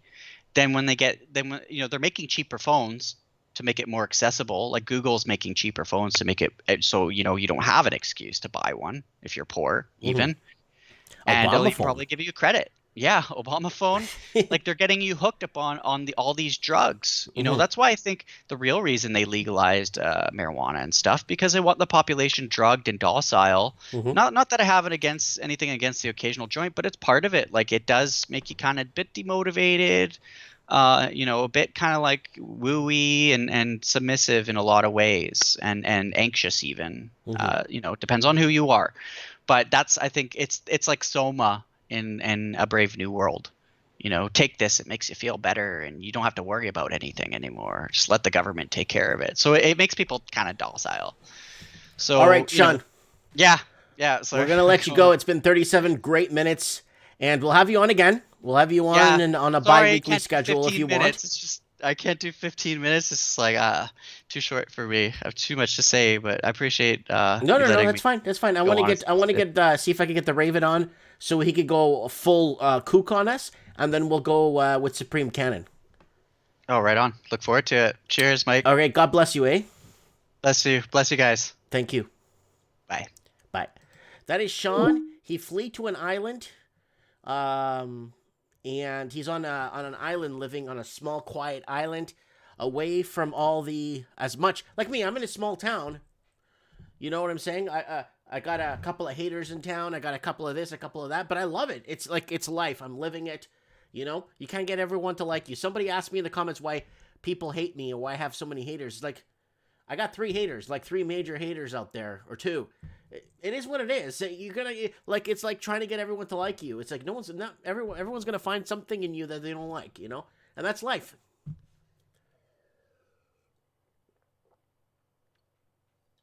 We got Mitch. We had Mitch on last week. You could go on last week's show. Oh, that was Trends in the Housing Market. We had Mitch on last week.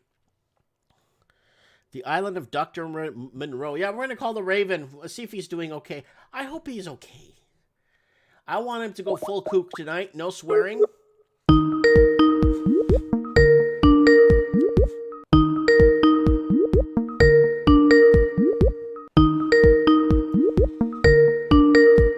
Well, he's in the comments.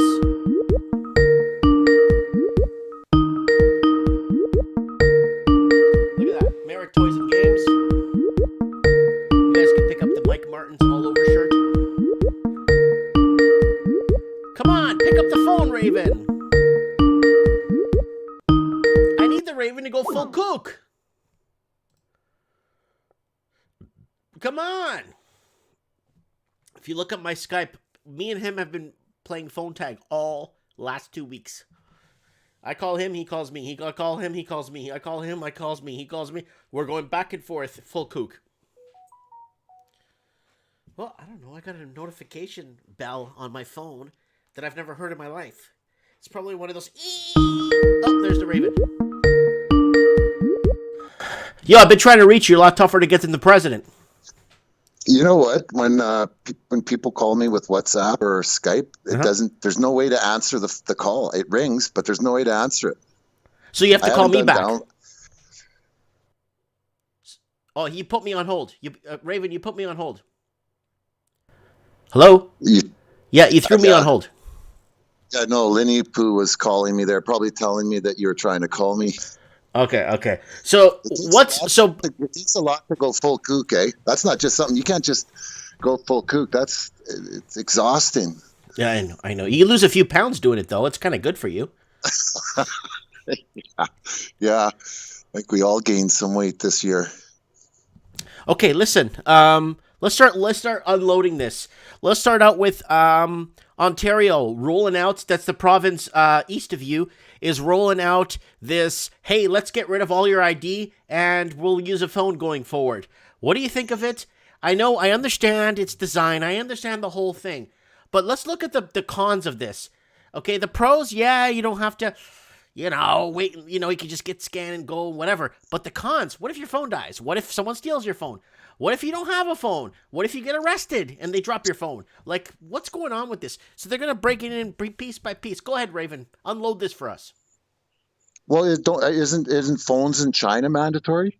Don't they have to look at the supreme leader? Don't they have to read something about him every day? And as being part of a good citizen in China? Isn't that like part of a prerequisite of being a citizen in I China? think You have it to have is a cell phone? because the United States rolled this out with the Obama phone, and there was a couple of applications on the Obama phone you couldn't erase. You know what? And then you did that show on facial recognition in Australia, Melbourne. Yeah, like Where does a this year and a end? half ago. Where does this all end? Not in a place I want to be. No way, man. It's too much. And Doug Ford with the phones, yeah, that's insane, man. Everybody forced me to have a phone. Like, where does it end, Mike? It's really depressing. If you look at the stories all around and look at how much what's that? I don't know her name from the IMF, the new leader there. Like what It she's doesn't saying really about matter. They digital. all have the same agenda. It is. It's true. It's, you know what? Christine Lagarde is Trump, is Hillary, is Putin. These guys are all in it together, man. The whole show.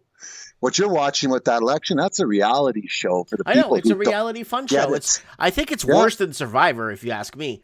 But People go, oh, but Trump, he's going to fight. You know what? You just don't get it, do you? You don't get it. They don't get it. Because you can have a conversation with someone, oh, yeah, it's big conspiracy. But then they go, but I like Trump. I really think Trump. Oh, you don't get it. Sorry. okay, let me ask you something. Who do you think is more entertaining, though? Oh, Trump. Well, for sure. Trump- At Trump least is- you're going to get some entertainment out of it, right? Look what Trump's done. Linny Poo made a good point. I'll give her credit for that. She comes up with some really good points. The Apprentice. Trump was on The Apprentice 6 years, but he started to bring his family onto the show, and now look where he's brought his family now. It's all conditioning. You know, we were talking about that the other night. It's all conditioning, right from The Apprentice, right into the White House. The whole thing. I've learned so much about the psychology of humans this year. It's unbelievable, man. Unbelievable. I didn't realize we were like just little programmable people walking around like that. It's actually embarrassing. I thought we were a little bit more sophisticated than that, but obviously not. It's almost like we brought our most people put their intelligence back. You can't go back with intelligence because the further you go back with intelligence in time, the more solid, conservative, forthcoming people were. Right? Yeah, So, and you know what? And we're not going back. It's like we're going ahead, but like into this full, like disillusionalized mode. If we go back to the mentality of 1930s, it's actually more forthcoming, more conservative, more hey you, like more of like. Well, we had family values. Yeah, but so we're going ahead instead. But we're going ahead into some uncharted waters in a way where it's super duper delusionalized, and everything our forefathers and grandfathers and forefathers have put in place for us for the next generations is coming apart on an hourly basis now. These waters are not totally uncharted. A lot of this is already being tied. A lot of this stuff's already been tested, like the demoralization of this society. That's how we're getting here. You know, a lot of this is old KGB tactics and stuff is, you know, like repetition and conditioning. And a lot of this is new, some of the things, but there's a lot of these old pieces of history that they've put into this that we've seen many times before in other countries, right? Okay. So a lot of this but there is a lot of, like with the electronics and all that stuff's all just unbelievable. Okay, That's all new. Here's the deal. Like again, it's going to go back to the average human's life expectancy, okay? Up until 20 years from a human, from up until 20 years are so dependent on their parents and dependent on getting on the you know. And then you got 40 years and then you're dead. You're carrying your skin around. Okay? What the heck is this point of all of this? What's the point?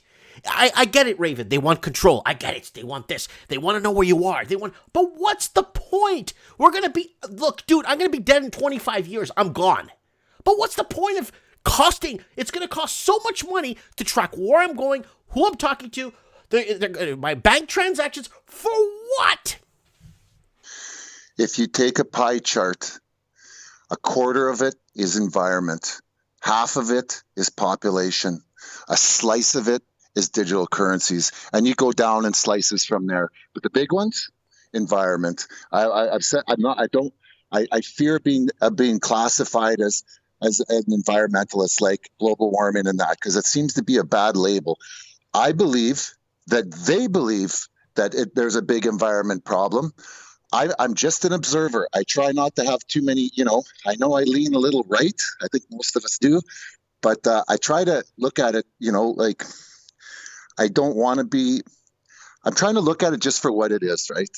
It's environment. And if we don't take care of it, I think it's going to be a very bad place. Population, 80 million people a year. That's not going to work out for much longer. Finite planet.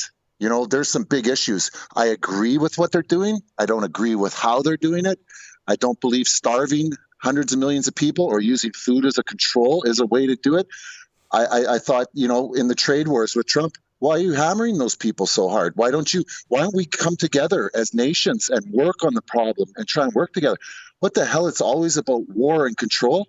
And then I realized, well, that's how they control us. That's 7.8 billion people. If we don't have Russia buzzing in the Arctic or the South China Sea, we're going to start to lose it. They got to keep us through. They got to control us through fear. And now censorship and fear. That's their tools for control, and they're going to do it. And I don't want to live in the place that they got planned out for us. I don't want to live walking around with a camera box around me, I know. And knowing every single move I make, everywhere I go. I have a hard time buying digital currencies because then I'm helping them put me into a digital prison. I'm helping them. Oh yeah, here, Satoshi Nakamoto. Yeah, right. Some guy invented that. Yeah, right. That's government, man. They put that out there. Here, have a little piece of crack. The first piece is free. Try it out, see if you like it. Yeah, we all like it. Oh, we're getting rich off it. You think they're going to give you the control of the monetary system with private cryptos? You don't realize these people are greedy, corrupt? Again, look what they've done. Let's take the flip side of the greed side, okay? No one's ever happy with what they have. They always want more, especially if they're like in this psychotic mentality that they have. They're never happy with what they have. They always want more. They always want more. They always want more. So these are like, narcissists or something that always not happy. Oh, I have $200 million. I still want more. But the problem is, again, it goes back to what I said at the beginning. Their life expectancy isn't going to expand because they have more money. It doesn't make any sense. When could people find happy, or when do people find happiness? When do the tyrannical people up top decide, well, I think we pushed too hard. Yeah, we got the money, we have the power, just like Scarface. First you get the money, then you get the power, and then you get the women.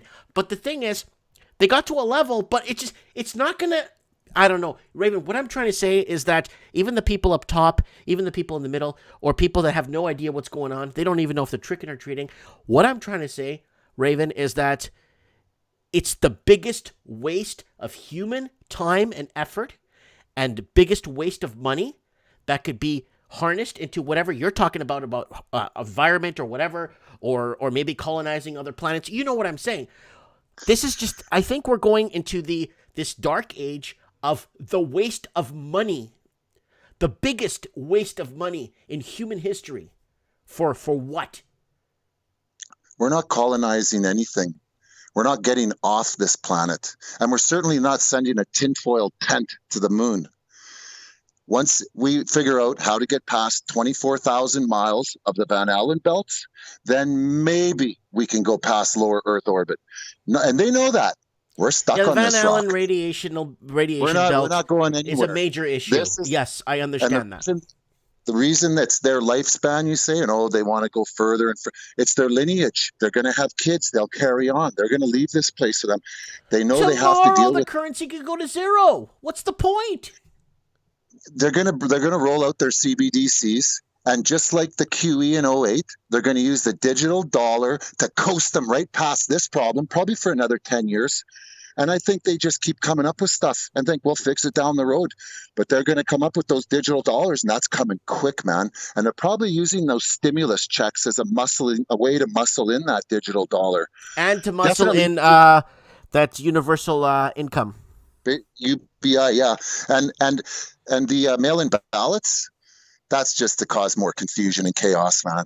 It's going to get messy here in the next few weeks. I said that 6 months ago. Mail-in ballots is going to turn into an absolute disastrous nightmare. And then you got Venezuela, which I said at the beginning of the show.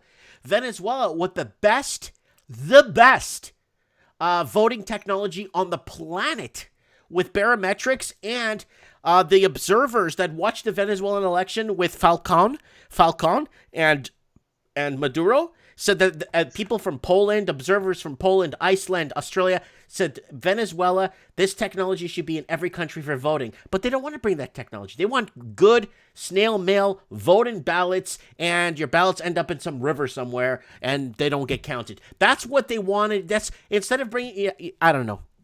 Go ahead. Why can't we use blockchain? The honesty ledger to cast ballots. Mm-hmm. There's got to be a way for it to work. Oh, there's definitely a way for it to work. But the problem is they don't want it to work. They want to technologically advance everything else. But when it comes to important systems like voting, they don't want to fix that, because that becomes a major issue. Because then they're not going to get their way. So technologically, they're going to be transplanting organs with machine parts before they fix this ballot system. Believe me. The name on the ballot's not important. It's the man or woman who counts the ballot that's important. Yeah, Stalin said that, or Lenin, or one of those guys said it. Yeah. There's another one. I put it in the room there earlier. If voting was important, they wouldn't let us do it. That was Mark Twain. Yeah, they wouldn't let us do it. It's all just a fraud. We all know it's a fraud, and we all keep beating it to death every week. Beating it to death. We all know. It's not like we got to convince each other. Mm-hmm. It is what it is. I just don't like the idea of living in the world that I see them creating. That much imprisonment, you're going to be asking for permission to buy food. Anything that you any transaction you make, you're going to be asking them for permission. Mm-hmm. And anytime your tax, they're just going to take and take and take whatever they feel, and you're going to have to fight for the difference. Well, I'm building my house in the Philippines. If you're holding silver and you're holding a lot of small denomination silver, ounces and half ounces and junk silver, I will transact with you outside their system, and they'll never know. We'll do lots of deals. We'll sell cars back and forth. We'll sell tools back and forth. Nobody's going to know. They're not going to see us. They won't know.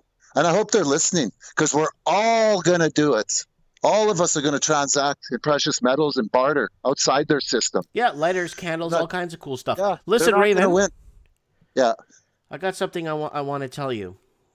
Sure. And I just take it with the grain. Just take it. Don't even take it at face value. But I heard a rumor from someone out east in Providence, Rhode Island.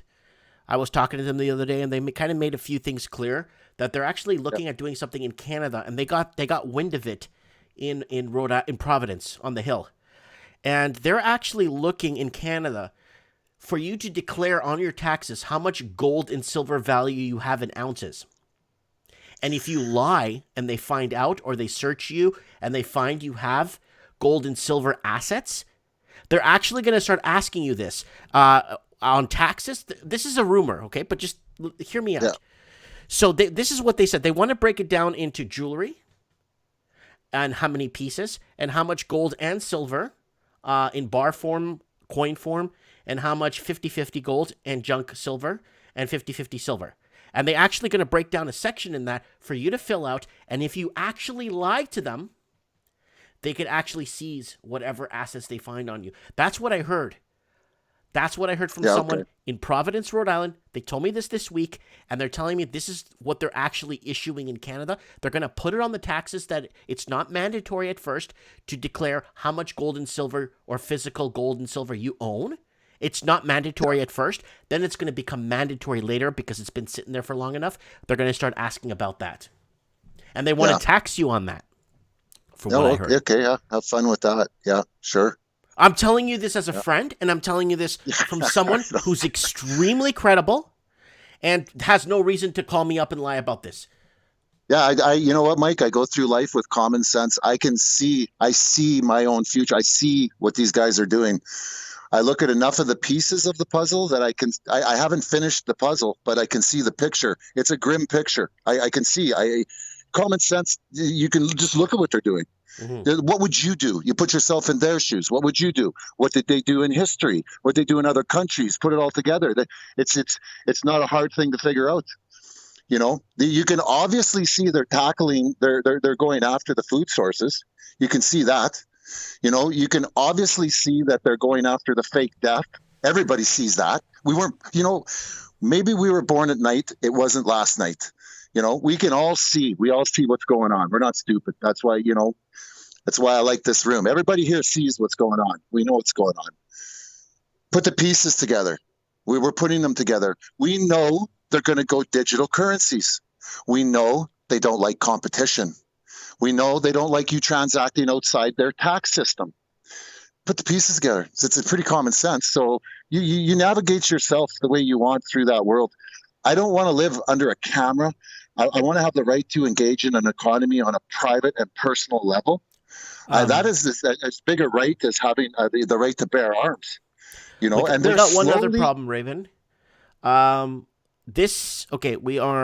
this week, last week, the next coming week, and like from we're going from a couple of weeks ago, from let's say the last week of September, provincial governments and federal governments at the federal level have been soliciting and contacting hotels across the provinces, asking them to use their boardrooms or specific rooms for re-education centers for adults and stuff. And they're asking hotels, and they've already asked the one in Merritt to use it for, because of COVID, there's no, you know, they're not making revenue. The government's going to fund some of the hotels here in town for homeless shelters. And they're doing this across every province now. Yeah. I believe it. So they're already converting our hotels, because now they're already projecting that people won't be traveling anytime soon. So let's convert them now into homeless destinations. No, they took 2.5 billion tons of carbon out of the atmosphere when they grounded all those planes. You know, this is a well-oiled agenda. Like, they architected this thing for a long time. There are a lot of smart people. There's certain aspects of it that they didn't actually. Like I said earlier, that tuberculosis, what it killed last year, 1.4 million people. It's an airborne disease. It's a pandemic. Killed more than COVID. Look, we never even heard about it. Like, you might hear in passing on some small story somewhere. That was it. They didn't shut down the world. What about that panel? They didn't shut down But the thing is, I saw the panel. But the thing with TB is the COVID numbers, they needed them to be high. They had to hijack every heart attack, kidney disease, every asthma death. They had to hijack them to compete with TB. Because if you didn't make a stink about TB and you come out with this agenda and it only kills half the people, well, what justified you? Oh, that's right. You got the guy from Europe with the bad statistics numbers. The guy who said that 5 or 7 million would die. The guy who's been wrong consistently 100% of the time. Mm-hmm. They picked all the right players. But there are some aspects that they didn't see. You know, there are some aspects. And they backed away. Why did the CDC lower the death count? And why does nobody bring that up when they quote the death numbers? Like, dude, it's like that laptop that was left at a store to get fixed, and the laptop wasn't picked up. But it has so much damaging. But we can't talk about it on the channel. If we talk about that laptop, we get shut down quick in a heartbeat. Yeah, well, like Layla said, they don't. Facts don't matter. They don't care about facts. Facts don't matter in 2020. We don't care about the facts. That doesn't matter anymore. That's it. It's whatever you want. I don't know, Mike. I don't know what to say. Yeah. I hear you, man. I hear where you're going with this. I understand, man. I totally feel it. It's but again, it goes back to my theory of we just don't live long enough for it to be worth the while. That's what I'm trying to say, Raven. It's their lineage, their children. Do we want the world to end? Because at what we're doing, adding these people and chewing up the finite resource, we're going to end it. It's going to be done. We're cooking the place, man. Canada lost its last ice shelf, a month ago? Once you start looking at you'll get the Google feeds. They'll start feeding you that stuff, and it comes, and we're way past the worst case once scenario. Everyone gets an Obama phone with the programmed apps you can't delete, that's it. It's over, man. Yeah, I have to have a phone because of work, but I'll tell you, man, like we're so addicted to that phone. I can't believe it. It's unbelievable. And they got us. I think they're going to phase out the phone. The phone is like the VCR. Eventually they're going to phase out the phone and it'll be built right into you. Mm-hmm. You know? And that vaccine, there's going to be all kinds of nasty things in that. It's all a I don't setup. even want to It's all think gonna- about that right now because You know what, Mike? We're not on chapter Man- 44 yet. We're still on chapter 11. So once we get These guys they're already talking mandatory vaccine in Australia and in New Zealand, the UK. Boris Johnson, he's talking about it. They're talking about it. Remember when they were so scared to even say the word cryptocurrency? Mhm. You know, wasn't it Mark Carney last year that finally said it at Jackson Hole or at Davos or something? He finally came out and said, "Oh, cryptocurrency." Now look at them. They're like fiends, just all over it. Mhm. They want it quick. There's going to be a lot of repercussions with that digital currency. Well, you got no more cash. Everything you do, every tip, every waitress's tip. Well, there's no more waitresses. Oh yeah, that's right. They got rid of all them. Mhm. Can't eat out anymore. Can't Well, go you got anywhere. the robots coming in. Hey, they're on our engines already. 10 years. 10 years. The trains across Canada are not going to have anybody on them. They'll have a mechanic that flies in a helicopter back and forth. He'll cover several hundred miles. If something gets so bad, they'll land, he'll fix it, and then they'll take off again. He'll rover back and forth. They're going to get rid of all of us. Where are we going to be? Why do we need that many people? You think they're going to pay me 50 or 40 grand a year to sit at home on UBI and chew up their resources? I don't think so. I wouldn't do it. What would you do? I wouldn't do it. I'm not going to pay all you people to stay at home and chew up all the resources. No, this is the only planet we got. We got to stretch this thing out. Tignim says a guy from Brazil who volunteered to take the COVID vaccine died the day after. Yeah, that AstraZeneca person died. Well, probably everybody will die once they take it. Who knows? Who knows what kind of monkey DNA they're going to be putting in there? They surely really badly want to get you with it, though. What's that make you think? And you look Again, at the it's a big. I think honestly, we'll go back to basics here. It's the biggest waste of human resources, human time, and human life. It's the biggest waste of everything. Everything these people have done has been an exact science, except for some of the little, there's some little things that they did a pretty tight ship. Like they're holding it together. They fooled the sheep. They're holding it together.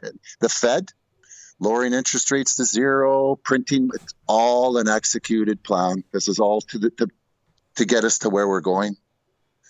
And they're going to have complete control of us. We're not even going to be able to rise up. I don't believe they're going to want the guns. I believe when 5G is installed every 300-400 yards, you have an uprising, they're just going to crank that up. There you go. Hey, come out with your guns. See what we do to you. There you go. You're gone. Boil your blood with the 5G. Mm-hmm. That's complete control. Once they get this thing all installed and done, we will never rise up again. That'll be it. That'll be the last fall of an empire. Okay, well, Right instead of wasting their money on all this bull crap, why don't they just feed everybody? At least give everybody universal food income. Like, because with the money they spent on all these wars, the Iraq 1, Iraq 2, Syria, all this garbage, we could imagine where we'd be right now technological wise if we actually didn't fight each other and loved each other and actually forgave each other. Imagine where we would be today if we weren't so frivolous in when it comes to just wasting. The ultimate waste from 2010 to where we are right now and where we're going forward is the absolute waste of everything. Money, resources, the absolute biggest waste of everything. Imagine how you are on this global warming thing, right? Or global climate change. Imagine if we didn't fight all those wars, how much cleaner and better things would be. Well, yeah, in a perfect world, Mike, but these people have had a taste of power. That's a very strong narcotic. And we've never had that. Maybe a little bit, when you were a hall monitor in class. Yeah. We've never had the power these guys have had. How powerful is that? They own the printing press. They don't care about money. This is not, people say, oh, follow the money. Maybe for some of the smaller corporations and that, but when you're getting above the middle management, the people like Trump, Fossey, Christine Lagarde, when Putin, when you're above that, the level above that, those people own the printing press. They own the Fed. You know, the people above that, they're not caring about money. These guys are caring that they have a system that they can delete. And then all of a sudden, all those people that are just sitting around eating and polluting with fridges and air, you got to get rid of that. We need breathable air. We need, they want smart cities. They want this whole thing to be controlled and brought down to a sizable level that's controllable, and they control it. Then there's nothing left for them to want, you know. There's no more opposition. There's no dissent out there. You do what they say. And probably when you're taking those vaccines, they say they can change your ideology with those vaccines. If they can inject an ISIS member, they can turn them into a liberal or a conservative. So if they're injecting that kind of a vaccine into you, and you're just like 1984 and on the TV, freedom is slavery. They're going to start programming, conditioning this, whatever. We're at that stage where we're losing this war. And I think it's going to be a hard one to win, because the minute we make more ground or take more ground, they cut more channels, they cut more censorship, they create more fear. I watched NBC Nightly News the other night just to see, because I like to see the other side. I watched it October 19th. What's his name? Peter Stoke. I don't know the guy's name.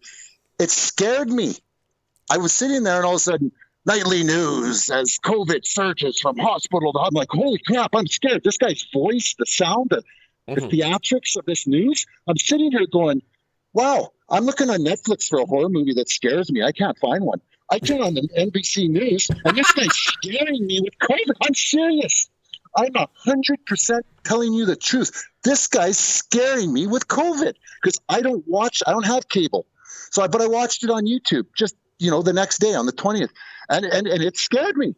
This guy is like, why is this guy trying to scare me like that? Mm-hmm. You're dealing with an aged population out there. A lot of people have health problems. Why would you want to jar them like that? Unless you're trying to control them. You can see it. It's so easy to see in every aspect of this. You can see the lies everywhere. I'm driving down the tracks the other day through Winnipeg, and I'm looking at all these buses that are coming, rapid transit, and you know how it flashes on the front, like it says the street, Fifth Avenue and Chalmers, wherever the bus. All it says is, flashing on them, masks are mandatory. Masks are mandatory. I'm looking at all these buses. I never seen that before. Every bus I seen that passed me, probably half a dozen of them, all said masks are mandatory. It's on the bus benches. It's on the billboards. It's everywhere. It's an overload of conditioning. This is mandatory. We got to beat this race. We have to win this, man. And I'll bet you that they're listening to this channel, because I scan the internet from A to Z. I go through this internet, probably about 8 hours a day, and it used to be more. But the smartest people I found on this entire internet come to this room. And they're some of the smartest people that I've seen, because I go to like Wall Street for Main Street, other channels, and a lot of people are just in there and they're saying stupid things. But look at the chat in our chat room, percentage-wise, it's probably got about an 80% intelligent conversation going. But, sometimes you make a joke, this and that, but the majority of it's intelligent thought. And you can't find that on the internet. But you got such a low that's agenda right there. I don't even need anyone to tell me that it's just because people don't like this channel. BS. I bet there's people from successful channels coming to this channel just to listen to what the people in this channel say, because they're plagiarizing it and they're using it as their own content on their channels. That's been happening for years with me. I believe it. I believe years. It. Yeah, I believe One day when you come and visit me in person, when you come here, maybe hopefully next summer when you're free, and you maybe want to take a drive. I'm not on the coast, so I'm actually, I'm only 6 hours from Calgary. So if you could make that drive, from Winnipeg, usually some people could do the drive in 10 hours to 12 hours to Calgary. Then from Calgary is only 6 hours to me. But if you ever want to come and see me and spend a few days, a week, if you want to bring Linny Poo, that's fine. Just come and spend a few days here, 5, 6 days, 10 days. I don't care. I'm going to go over with you and show you the channels, and I'm going to show you all the ones that I have marked with the time, and show you the channel, what they're saying, and then what I said like 2 weeks before or a month before. You'll be like, holy crap, Mike. Like Yeah. you'd be floored when you see it. Floored.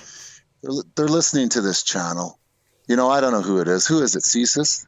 Which organizations? RCMP, CSIS, FBI? I don't know. They're part of the problem.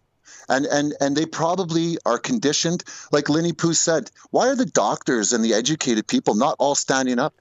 Because for a lot of people, the more education you have only means the more indoctrination you have. That's right. You've been built into their system that much longer. So, that's why. I think the best chance is people probably with grade 12 that can think. There's a lot of educated people out there that are awake, and then there's a lot of doctors. But then again, fear, because they're taking their jobs, they're threatening them. It's everybody wants a paycheck at this point.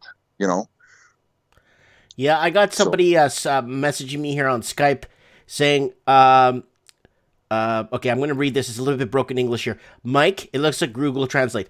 I've been watching your channel for 2 years now plus. My husband and everybody at my work insurance company, and I live in Iceland, and everybody, a good people and majority watch. They know who you are, and they talk about specific housing topics and specific angles in educated discussion. And every people I know or people in my workforce know Mike and the Night. Everybody talks at the water cooler when we break. Yeah, I So believe that's it. Iceland. Mike, there's about 15 people in this room that come on from different parts, Portland, Syria, somewhere's way out in the bush in BC with shitty internet. Mm-hmm. There's, there might be a guy in Denver. There's people that come on this channel that have a very good understanding of the shit that's going on. And if I was somebody in an alphabet organization, and I can put myself in their shoes. What would I do? What would be the intelligent thing to do to keep this agenda for the greater good of the cause that the governments are doing? I would monitor your channel. I would monitor those people from those regions. I would definitely catalog them. I would have everybody in this room catalog that is a regular, and but those people, and I would see that's the thought process that's going on in that region, in this region, and these guys are coming together, and this seems to be the common theme that these people are thinking of. Where would I gauge that? I'd gauge that on your channel, but I'd sure make sure that your numbers were down low, that we could keep your channel on the air, because if you get too popular, we're going to have to axe you just like they did X22, Berwick, all those guys. Once you're getting up around 100 grand and a little bit over, even 80 grand, you got to go. You got to go. But they're watching us and they're keeping us small because they want to hear what we're going to say. That's what I think's going on. That's it. Okay. I truly believe that's what's going on. Because I get messages. I got a couple of people that message me from Russia. I got a lot of people that message me from Poland. I got people that message me from, again, Iceland. I get lots of messages from Iceland. But then when I go to my YouTube analytics, it shows 0 people watching me from Iceland. Yeah, you had a guy call in there, I think about a month ago from Mexico. He was really good. That guy knew a lot about vaccines, and older guy. He retired in Mexico. Does a little bit of trading. That guy was good. He knows what's going on. But the way he talks, I know what he's watching on YouTube. You can tell like certain of the things, but he puts it all together in a really clear format. He knew the vaccine. He went through it all. I enjoyed that caller. But extremely intelligent, like that Linny Poo there. And I do know her, but she's extremely knowledgeable about vaccines, childbirth, natural medicine. Nothing that these people will ever tell us or inform us. So maybe you should get vitamin D and go outside. They're never doing that. That should be a red flag for you right there. Well, remember that video that I got flagged in my channel saying that YouTube doesn't accept it, and I put a picture of it, of the screenshot saying I was just talking about vitamin C discussion? Orange juice, yeah. I remember that. It was just recently. Yeah. The only prescription they're going to tell us is fear. That's it. It's all they're going to give us. We all know what's going on. They know that we know it. But they're going to gauge how fast we're figuring it out and how to make their next chess piece move by what we say on your channel. We're confessing to them every day. Every day we're confessing what we know to them. And what are they doing for us? Nothing. We hear nothing. We get lies, misdirection. That's all we get from them. They do nothing, but we give them everything. We should go dark, but how do we communicate? That's it. Yeah. Okay. Anyways, all right, Raven, I'm going to let you go. I'm just processing everything you're saying here. I did not swear. No, you didn't swear. I know you didn't swear. All right, Raven, you stay. Call Layla, because she's got some big news. She said she's got some big news about some stuff going on. Really? Well, I want to get Yes, Supreme on sure because we're winding it down. I want to get Supreme on. I have an excellent Halloween, very, very, very scary. Will probably be the most weirdest, scary horror story you've ever heard for next weekend, and I will be off for scary stories next week. We're gonna pictures and everything. We're gonna change it up a bit next week, and we're gonna be discussing. I want real stories though. So this is a true 100% Winnie Pooh. We were in the Mayan. It happened. And I'll tell you, I think to this day, it still scares me. That was in 2015. It still scares me. I worry about it. It's almost caused me to get baptized. Wait, you're not baptized? No. I know. They're coming for me. All right. Oh, well, we'll talk about that later. We'll talk about getting you baptized later. Yeah, okay. Maybe you can baptize me in Merit in the city pond. I can't. I'm a priest has to baptize you, but I could be your godfather. Okay, right on. Okay, that's a deal. All right, we'll talk soon. Okay, have a good one. Okay, bye. Adios. Yeah, you need a witness when you get baptized, so I'll be his godfather, the Godfather. Okay, let's get Supremo on the phone. The next week, I promise we'll get Layla on to do an update, and I want Anthony Ruvalacaba to come back on. I want to talk to Mike Banks.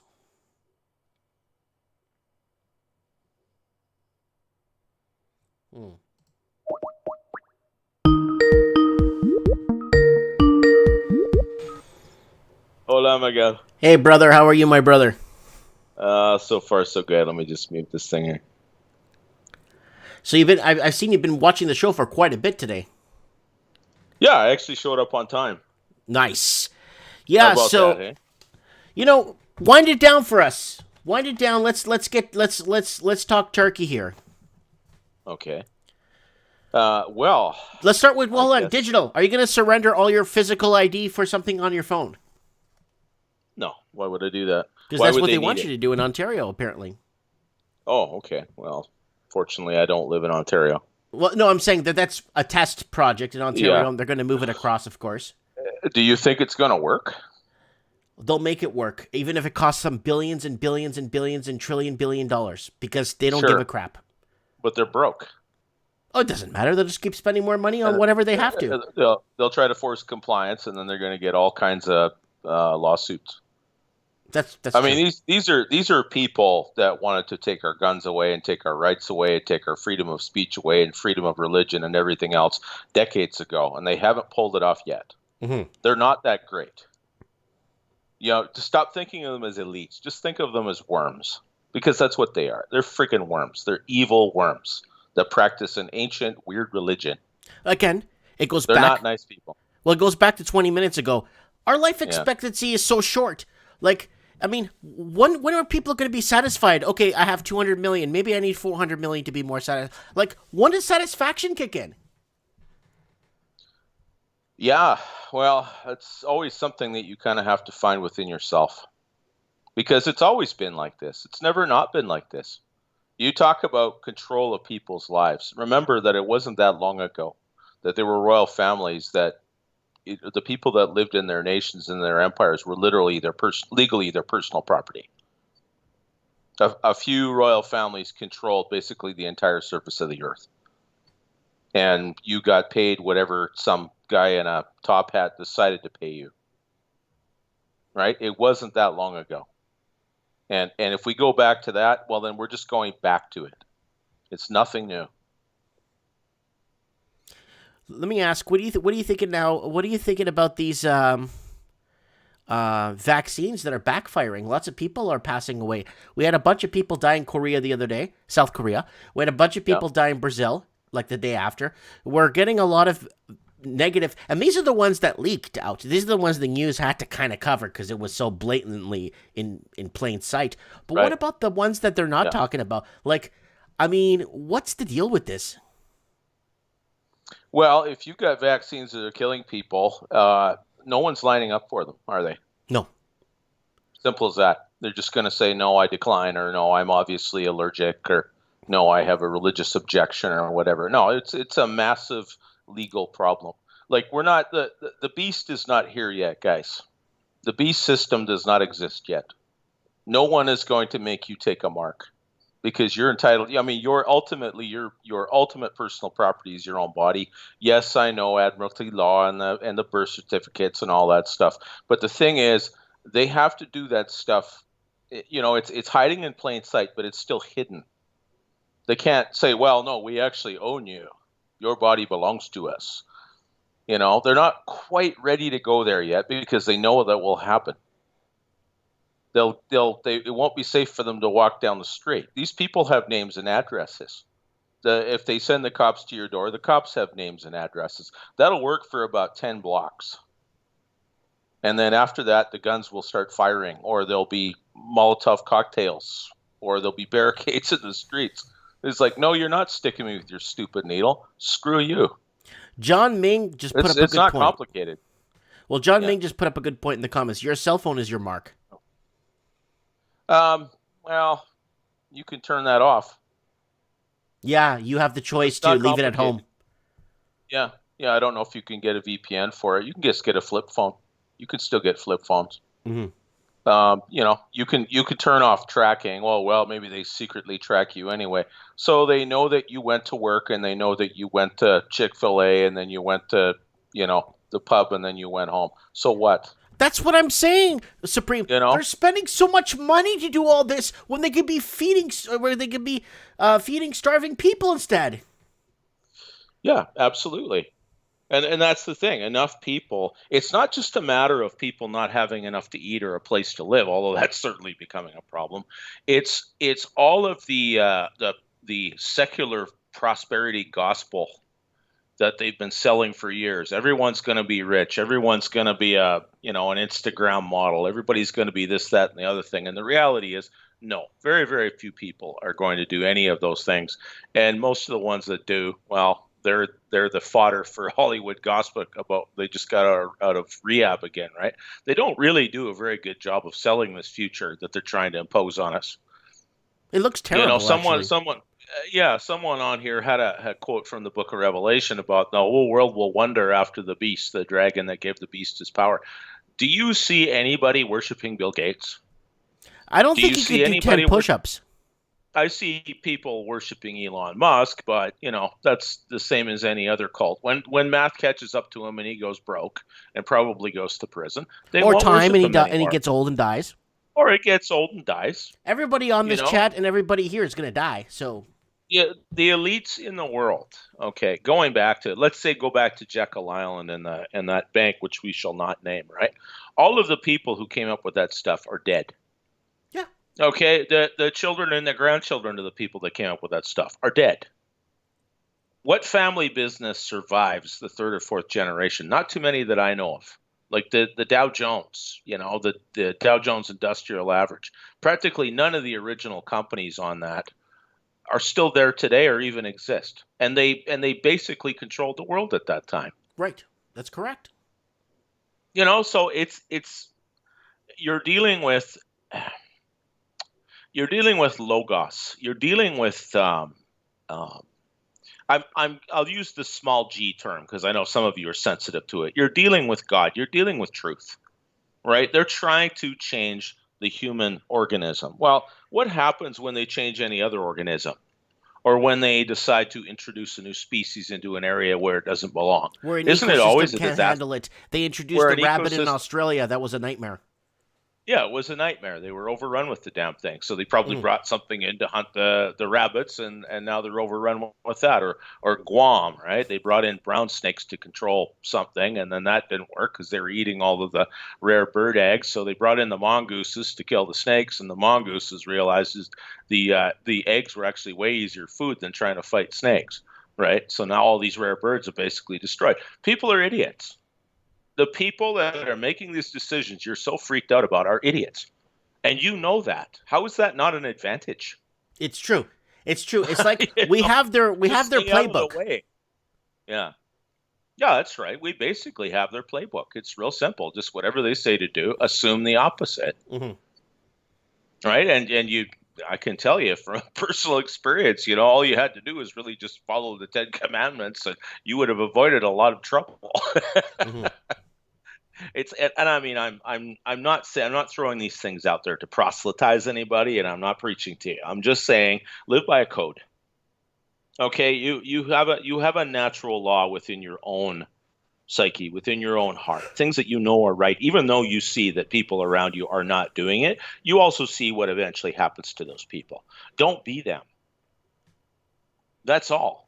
I mean, half the people in the world, yes, they're in a trance, and yeah, they'll do whatever, right? The other half are looking at them and going, "You're an idiot." The biggest problem, right?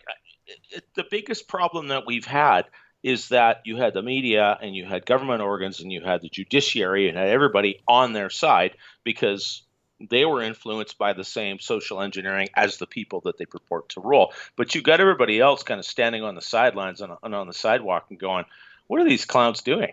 We're not doing any of this. I can remember just before the 2016 election, they were really ramping it up. National Geographic ran a cover on the transgender revolution. And it was like, wait, what? What are you talking about? Nobody knows anything about this. I mean, and then it was the artificial meat thing. They're flogging that, right? And well, we're all going to switch to nice, clean electric vehicles. There's nothing clean about electric vehicles. It's stupid, Hmm. right? It's social engineering. It's humiliation rituals. It's attempting to destroy your peace. You're always going to have to find your peace within. The world has always been a howling madness. Right? I believe that there is a God, but I also believe that in this particular epoch, there's some psychotic middle management actually running the head office right now. Right. So until such time as that's made right and somebody gets fired up there, yeah, you hunker down. You live by your own internal code. That keeps you safe from the madness around you and from the idiots around There's you. too many people caught in the grips of this madness right now that it's scary that maybe the balance have tilted. Well, they have, but I mean, they're trying to spread this panic. But you've seen demonstrations in the streets of Toronto that actually weren't astroturf for a change.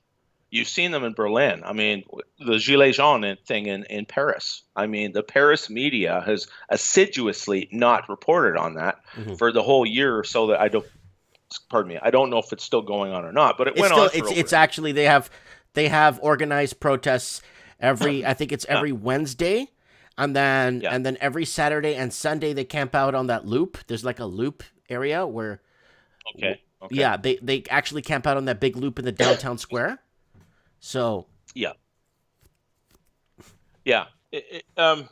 and that's the thing. Now, some of them are not, they're not freedom demonstrators or even necessarily nationalists. They're just complaining because the benefits are getting cut. Well, that was just mathematics. Again, logos, common sense, right? Okay, you can't continue to run debts forever. You can't do that. You can't have a digital currency. Not really, not a global digital currency. The amount of energy that it would take to run a system like that, we don't have. No. Especially if we're planning on diverting a bunch of it to convert everybody to electric cars. And follow everybody and see what they watch for, what they eat for breakfast and what bar they go to on their lunch break. Yeah, that's right. Like, yeah, in the end, that's way above your pay grade, guys. Don't worry about it. Just live your life. Mm-hmm. Yes, keep an eye on the hills. Keep an eye on what's going on at the top of the mountain, at least the part that isn't obscured in fog.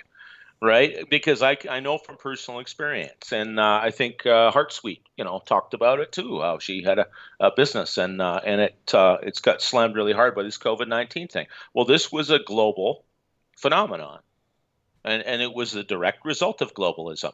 This was, I've said it before, this is an economic STD from having unprotected intercourse with the dirtiest parts of the world, right? And we all scratching because of it, right? The vaccine is not something that will cure COVID. The vaccine is close the friggin' borders and get your own house in order. But until your federal governments do that, which is obviously not going to happen until there's literally no other recourse, you've got to start with yourself. You've got to start with yourself. You're alive and well today, right? You got food in the cupboard, hopefully. You're not sitting out shivering in the cold. If a couple million people wind up living under bridges, and the Liberal government's response is, well, we're gonna have a massive infrastructure program so that we'll have shiny new bridges for everyone to live under, what do you think will happen?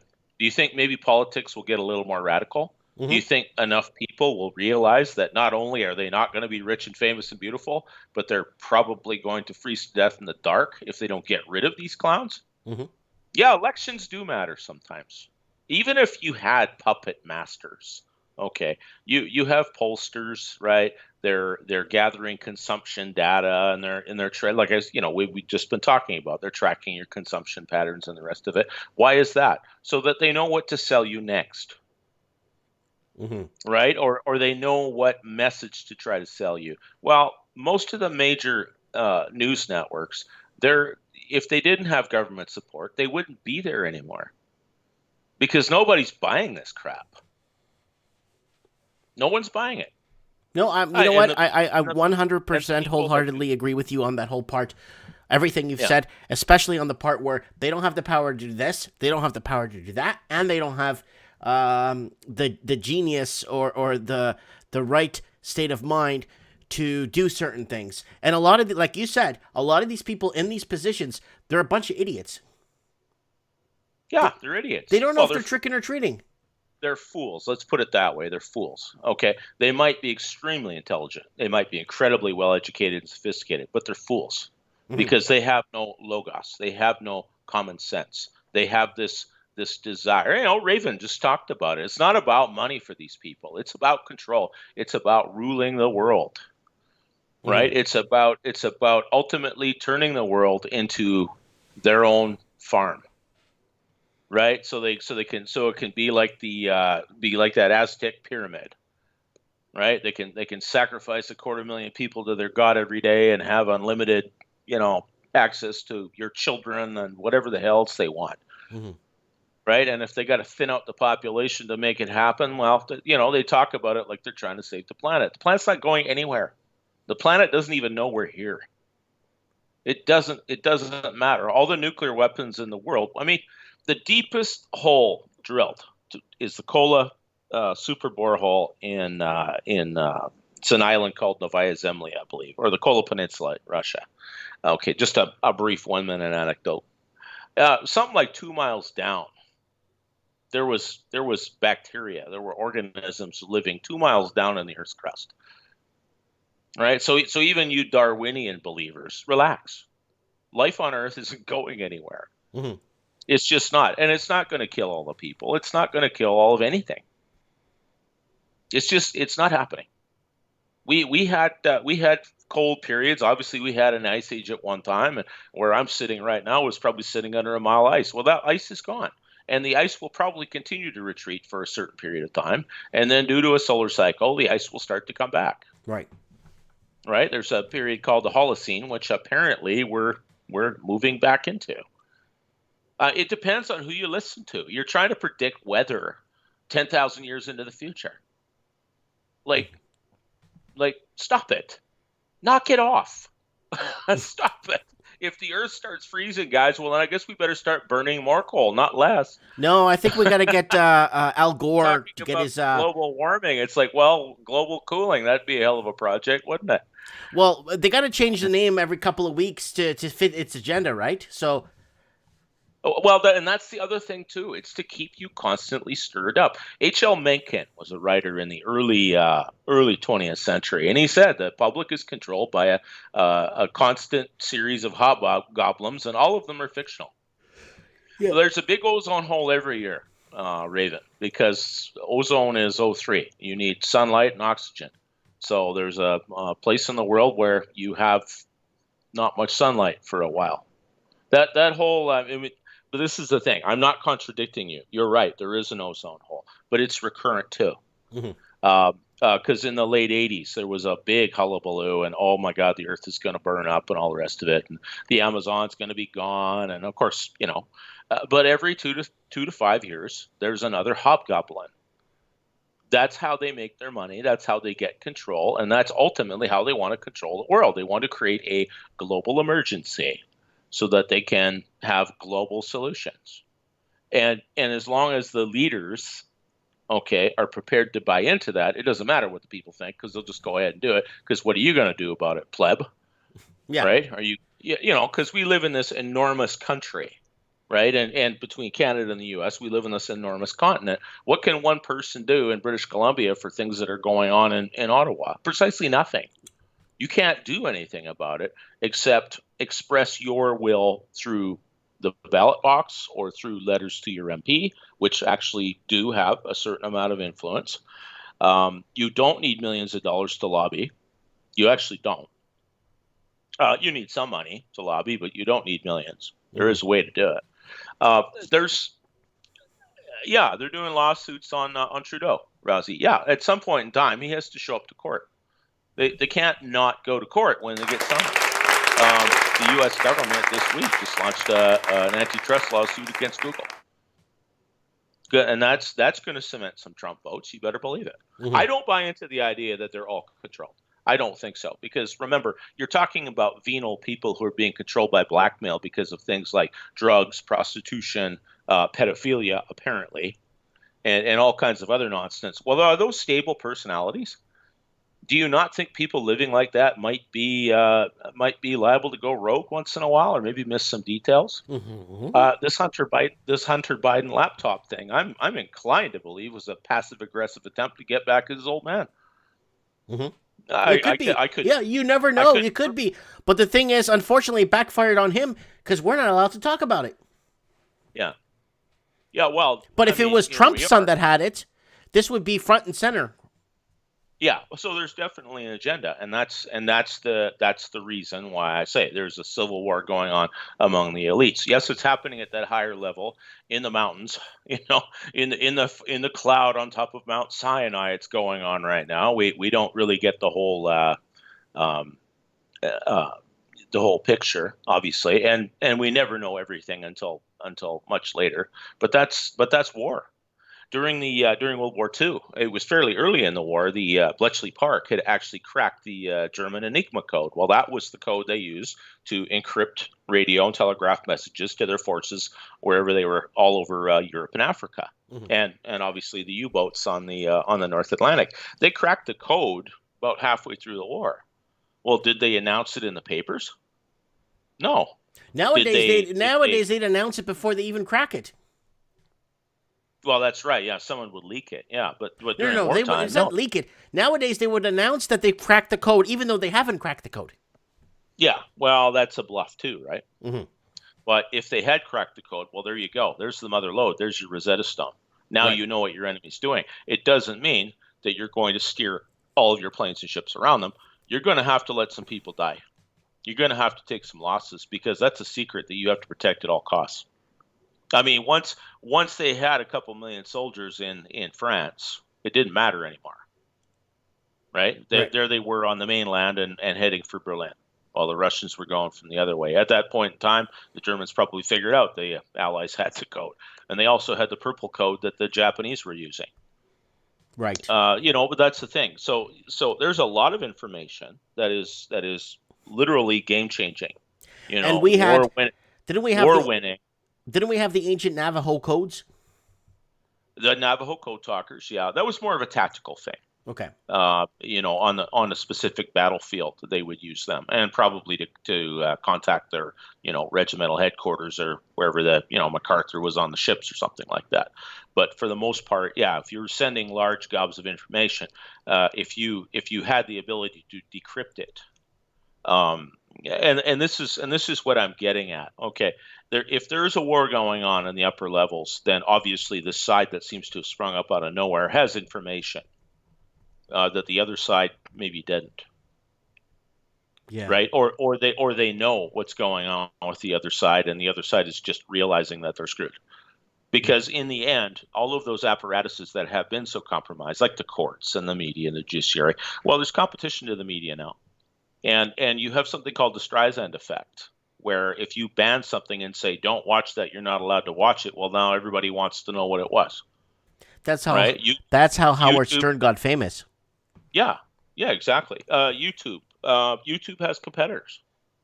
YouTube has not stopped the flow of information. Now, YouTube is the first mover. It's the largest one. It's the most convenient. But there are new ones coming along. Same with Twitter, right? Like Gab has got its own servers now. No one's going to censor Gab anymore.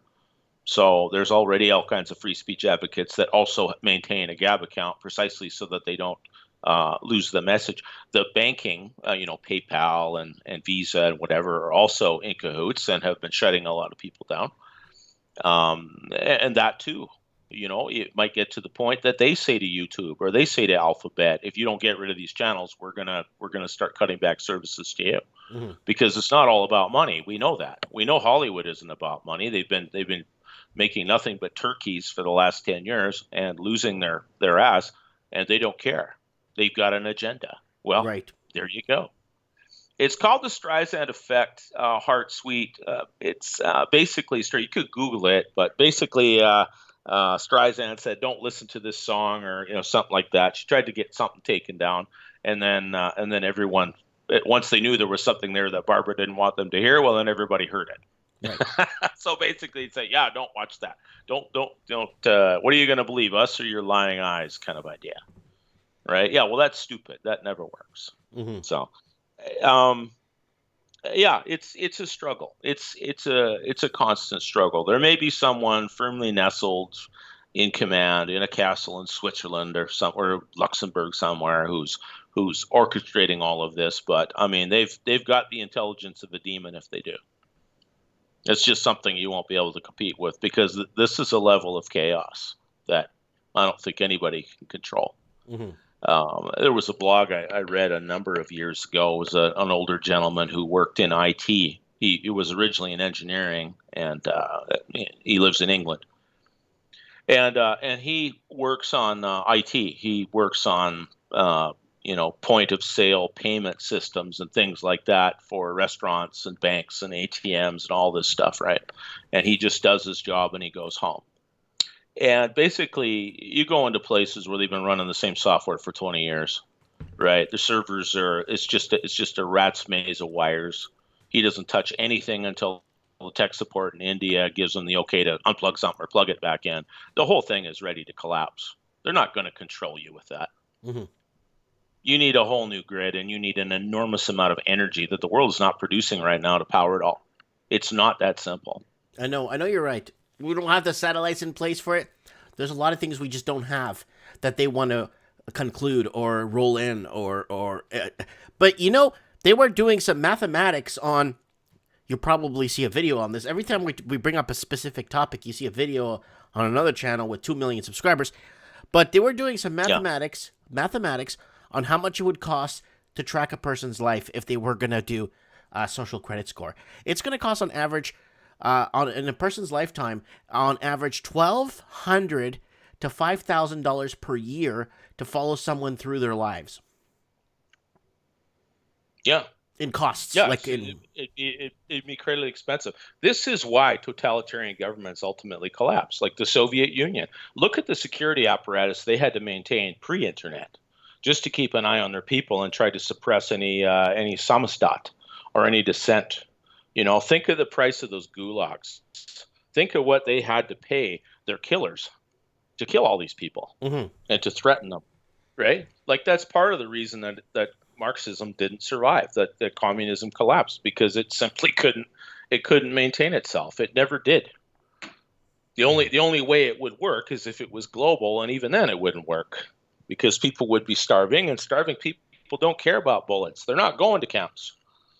If someone tries to knock on their door in the middle of the night, they're going to do like Solzhenitsyn said they should have done. They're going to be waiting in the dark with any weapon they have to make sure that at least one of the people knocking on their door doesn't go home to his family that night. That little project would grind to a halt pretty quickly. Mm-hmm. No, they operate in the shadows, and they try to guide the thinking and the narrative because that's how they protect themselves. Ultimately, they have to protect themselves because they're not safe. They're only 1 or 0.5% of people in the world. They're not safe. You know, what's concerning me, I don't know if you saw that poll, those pollsters, or they weren't pollsters, they were a committee of nurses from different countries that were sitting down and saying, look, we had 200 and something people die of COVID in Ireland, and we had 10,000 people die of cancer every year. So we need to look at, priorities here and start, because that opened up a lot of eyes, that committee. And these were all registered nurses and from every different angle in different parts of Europe that are saying that they need, see, we could have found a cure for cancer a long time ago if they spent the money on it. And actually, imagine if at the COVID level we're at, with the amount of people that are really not dying of it, imagine they actually put that much infrastructure, time, and money into cancer. That would have been obliterated a long time ago. Oh, sure. My theory about COVID, well, number one, it has everything to do with the U.S. election, definitely, because Trump's main trump card, as it were, was the economy. So how do you crash that? That just makes sense, right? I mean, obviously, Dianne Feinstein, and we know Joe Biden. We know of several senior U.S. politicians with tight connections to China and to that lab in Wuhan. So yeah, absolutely, they could introduce something like that, and I would not put it past them. You're talking about the leadership of the most powerful nation on earth. That's not nice people doing that. You know what power does to people. Mm-hmm. Okay, but even then, even if that's a stretch, if it was established that this thing was produced in a lab and was therefore artificial, every government in the world would be subject to a class action lawsuit from every angle for letting this into their country. If it's just a natural occurrence that happens every year, what do they do about that? Nothing. They let people in. They tell you to take precautions. If you're beyond a certain age, if you have comorbidities, you might have a problem. You might want to stay home. You might want to wear a mask or distance yourself for a while. At least quarantine yourself for a couple of weeks. That's not unreasonable. That wouldn't be unreasonable at any time, right? I mean, the COVID-19 in the end, yeah, it was serious, but it wasn't. I mean, for certain people, it was very serious, but it wasn't exactly the Andromeda strain, was it? We're all kind of still standing here. Yeah. Yeah, controlled opposition. Those are rhetorical statements. Prove that. Prove that anybody is controlled opposition. Prove it. Don't just make rhetorical statements. Prove it. Yeah. Right? Like, seriously, every week, it's the same rhetorical statement. Come on, guys. So put it in 2 short paragraphs. Yes, there's money involved in politics. There's no question. But what is the point of pursuing power if you don't really have any power? Right? People chase power because power is real. All right? If it's just one guy sitting at a head office in Luxembourg controlling it all, you don't have any power. You got nothing. You're nobody. You're a worm. Right? You have more power over your own life than someone who has videos of him diddling a 6-year-old kid. Think about that.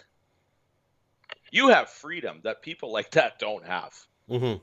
If you're not addicted to crack, right? If no one has information on you doing something sinister or they videotaped it, right, you have more power and freedom than they do. Of course. Think about it a little bit. What kind of power is that? That's nothing. Those are venal people. They are worms. They are literal vermin. Your proper response to them is not fear. It's contempt. Mm-hmm. Absolute, utter contempt. Because they deserve it. Because they're slime. That's all. That's all I have to say about that. They're slime. They're venal people. And a lot of them, they are that way because they were abused themselves. Mike Banks is were saying people mistreated like by position and titles, entitlement. Sure, they do. Like hall monitors. Hall monitors, exactly. All Quiet on the Western Front, that book that was written in the 1920s. It's a German soldier in the First World War. There's some corporal, Himmelstoss, that was their drill instructor, and everyone despised this guy. And at one point, a few guys actually put a bag over his head, beat the crap out of him just for their own amusement. Okay, but the point was, you give the average schmuck a little bit of authority in a uniform, and that really tests him. That's how you test people, by giving them power. Well, nobody gave these people power. They took it. And the reason they have such contempt for the quote-unquote useless eaters, and when you think about it, those are the useless eaters, not you. I mean, you work for your food. They don't. They ruin your life for their food. Mm-hmm. Where was I going with that? Yeah, a little bit of authority will make people a little bit crazy, right? Yeah. I mean, it does. Think about clip-on ties. I call them clip-on ties. Yeah, think about internet comment sections like YouTube, right? People say things to each other on YouTube comment sections or in blogs and Discord and things like that. They say things to people behind a keyboard that if they said to their face, they lose a front tooth. Yes. Right? How is that not power? And how do most people handle it? Well, some are very thoughtful. Like most of you, you make your point. You spell it out. I mean, we banter back and forth a little bit, but most of us have been interacting for a couple of years at least. Mm-hmm. I've never met any of you in person other than Mike. I hope to someday. I think you're all great. My favorite is I've been at 12,200 subscribers for 2 years. Yeah, well, I love that. That's 12,000. Well, they tried to throttle you, and what happened? Well, you went down to about 11,800, didn't you? Yeah, and then after I went back, and then they removed more subscribers off my channel in the last couple of years than I've gained. Yeah. You've outworked their algorithm, my friend. Yeah, you won. You're at 13,000 now. They tried to get you to quit. They tried to throttle your numbers. And not only did you maintain your status, but now you're back at 13,000, and I hope that you will eventually grow to the numbers that you should have had. You outworked their algorithm, Mike. Mm-hmm. They're not winning. They're not winning. I mean, think about it. Whose minds have they changed by harassing you? Not me. Think of the really big channels like PewDiePie, right? This guy's got like 60 million followers on YouTube, right? I think all he does is just play video games on Twitch and commentary. But they're harassing this guy. Like, how stupid can you be? Right? They're ideologues. They're technocratic twats. They're just idiots. Like, they don't live in the world the rest of us live in. This is the thing about this tech dystopia that everyone is fearing so much. These people have zero personality and zero independent thought. They look at you as a video game. Are you a video game? Are you all sprites on a screen? No, you're human beings. Mm-hmm. There was somebody at one point walked into the YouTube office with a gun and shot a couple of people. I remember that. That was like, 3 years ago? Yeah, and I mean, she was kind of obviously kind of a wingnut anyway, but let's face it. Like, you don't play with people's lives like that. Sooner or later, you're going to get what's coming to you for doing stuff like that. But I think they're frankly, I don't think any of them are Rhodes Scholars. I don't think any of them are Illuminati. I think they're just nerds. Pencil pushers. They're just nerds with power, right? This is Revenge of the Nerds. Well, are they going to win? Do nerds ever win? No, they don't. Sometimes they win a few smoke. They get a few smoke screens and move ahead, but they always have to crawl back all the time. That's right. It's always a smoke screen, isn't it? Anything they do, it's because they, it's like a kid ringing your doorbell and running away, right? Well, he rang your doorbell to get your attention, and he ran away because he didn't want you to know that it was him that rang the doorbell, because then you'd probably slap him. And he doesn't want that, right? Mhm. That's the way these people are. They play their little games because they think they can. Mhm. But they're getting to the point where they're dealing with a leviathan called the U.S. government. That's not a good idea. You don't want the attention of the government. They've been playing the game to their benefit, and certainly they have people they can slip a few bucks to maybe keep the heat off them for a while. But I mean, Google got an antitrust lawsuit filed against them by the Department of Justice this week because there are people in Washington that you don't mess with. The U.S. government broke up the AT&T in the 80s, right? They deregulated the airlines.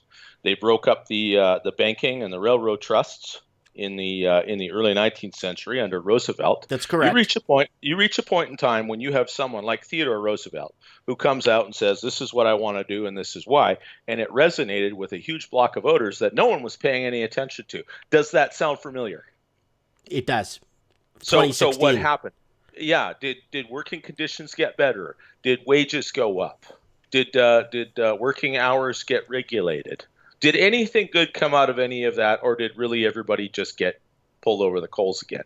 No. Sometimes you fight back, and sometimes elections do matter. It's happened before. Mm-hmm. All right, maybe it's just kabuki theater, and it's all being watched by laughing people smoking cigars in a mahogany paneled office in Luxembourg. Okay, whatever. They have names, and they don't live forever. Mm-hmm. Okay, death comes for them too. So if the best that you can do is just outlive them, you're freer than they are. Yeah.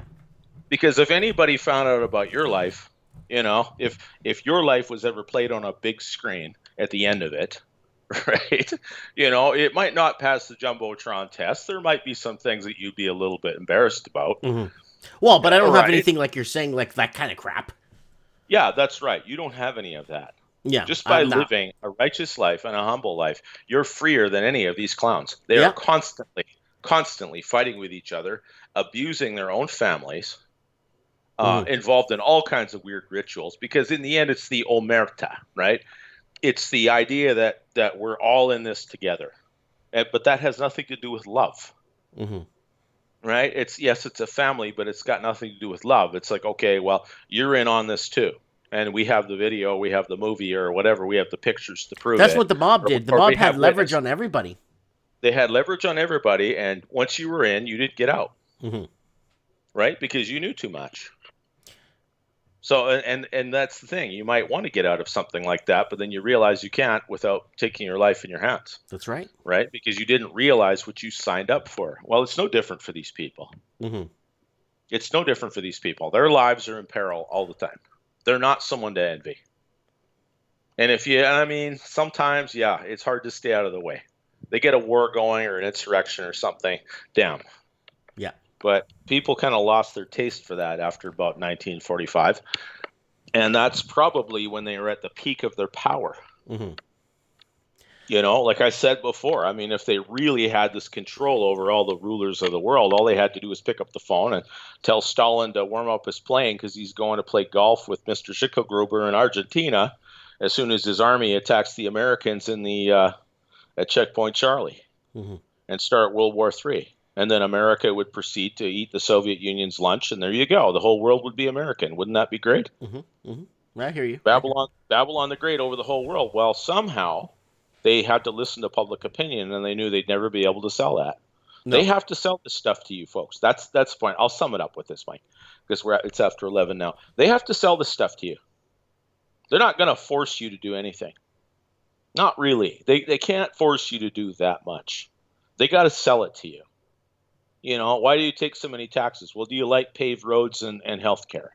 Well, I like my money more. Right? Mm-hmm. Like, well, you don't have infrastructure. You're not going to make that kind of money. Right? I won't go around in circles on that. No, in the end, if you're going to take a mark, you're going to line up for it. And you're not going to line up because someone marched you there with a gun. You're going to go there because it's something that you enthusiastically embrace. That's right. There isn't anybody on your channel here tonight that would ever do that. No, of course not. Right? There's going to be an alternative. We're not under the beast system yet. Nobody's carrying a mark. Right. Okay, that's my hot take. That's my Okay. hot take of the night. We're not carrying the mark yet. There is no mark yet. Okay. That's what I think. No, I totally 100% agree with you. All right, we're gonna wrap it up because it's we've been talking about for 40 minutes here, and I'm getting really tired. And yes, getting and, late. Yeah. Yeah, we'll talk soon again. We'll talk through the week. I tried calling you through the week, but it looked like your Skype was off. Oh yeah, no, my computer. We had a couple power bumps, and the computer rebooted, and I forgot to plug in my Skype. So yeah, I did see your message there. Sorry, I missed you. No biggie. Okay, we'll talk soon. Well, God bless you, eh? It's been great. Yeah, God bless everyone. Take care. Chin up, and that's what we're here for. We're here to get through it together. Okay.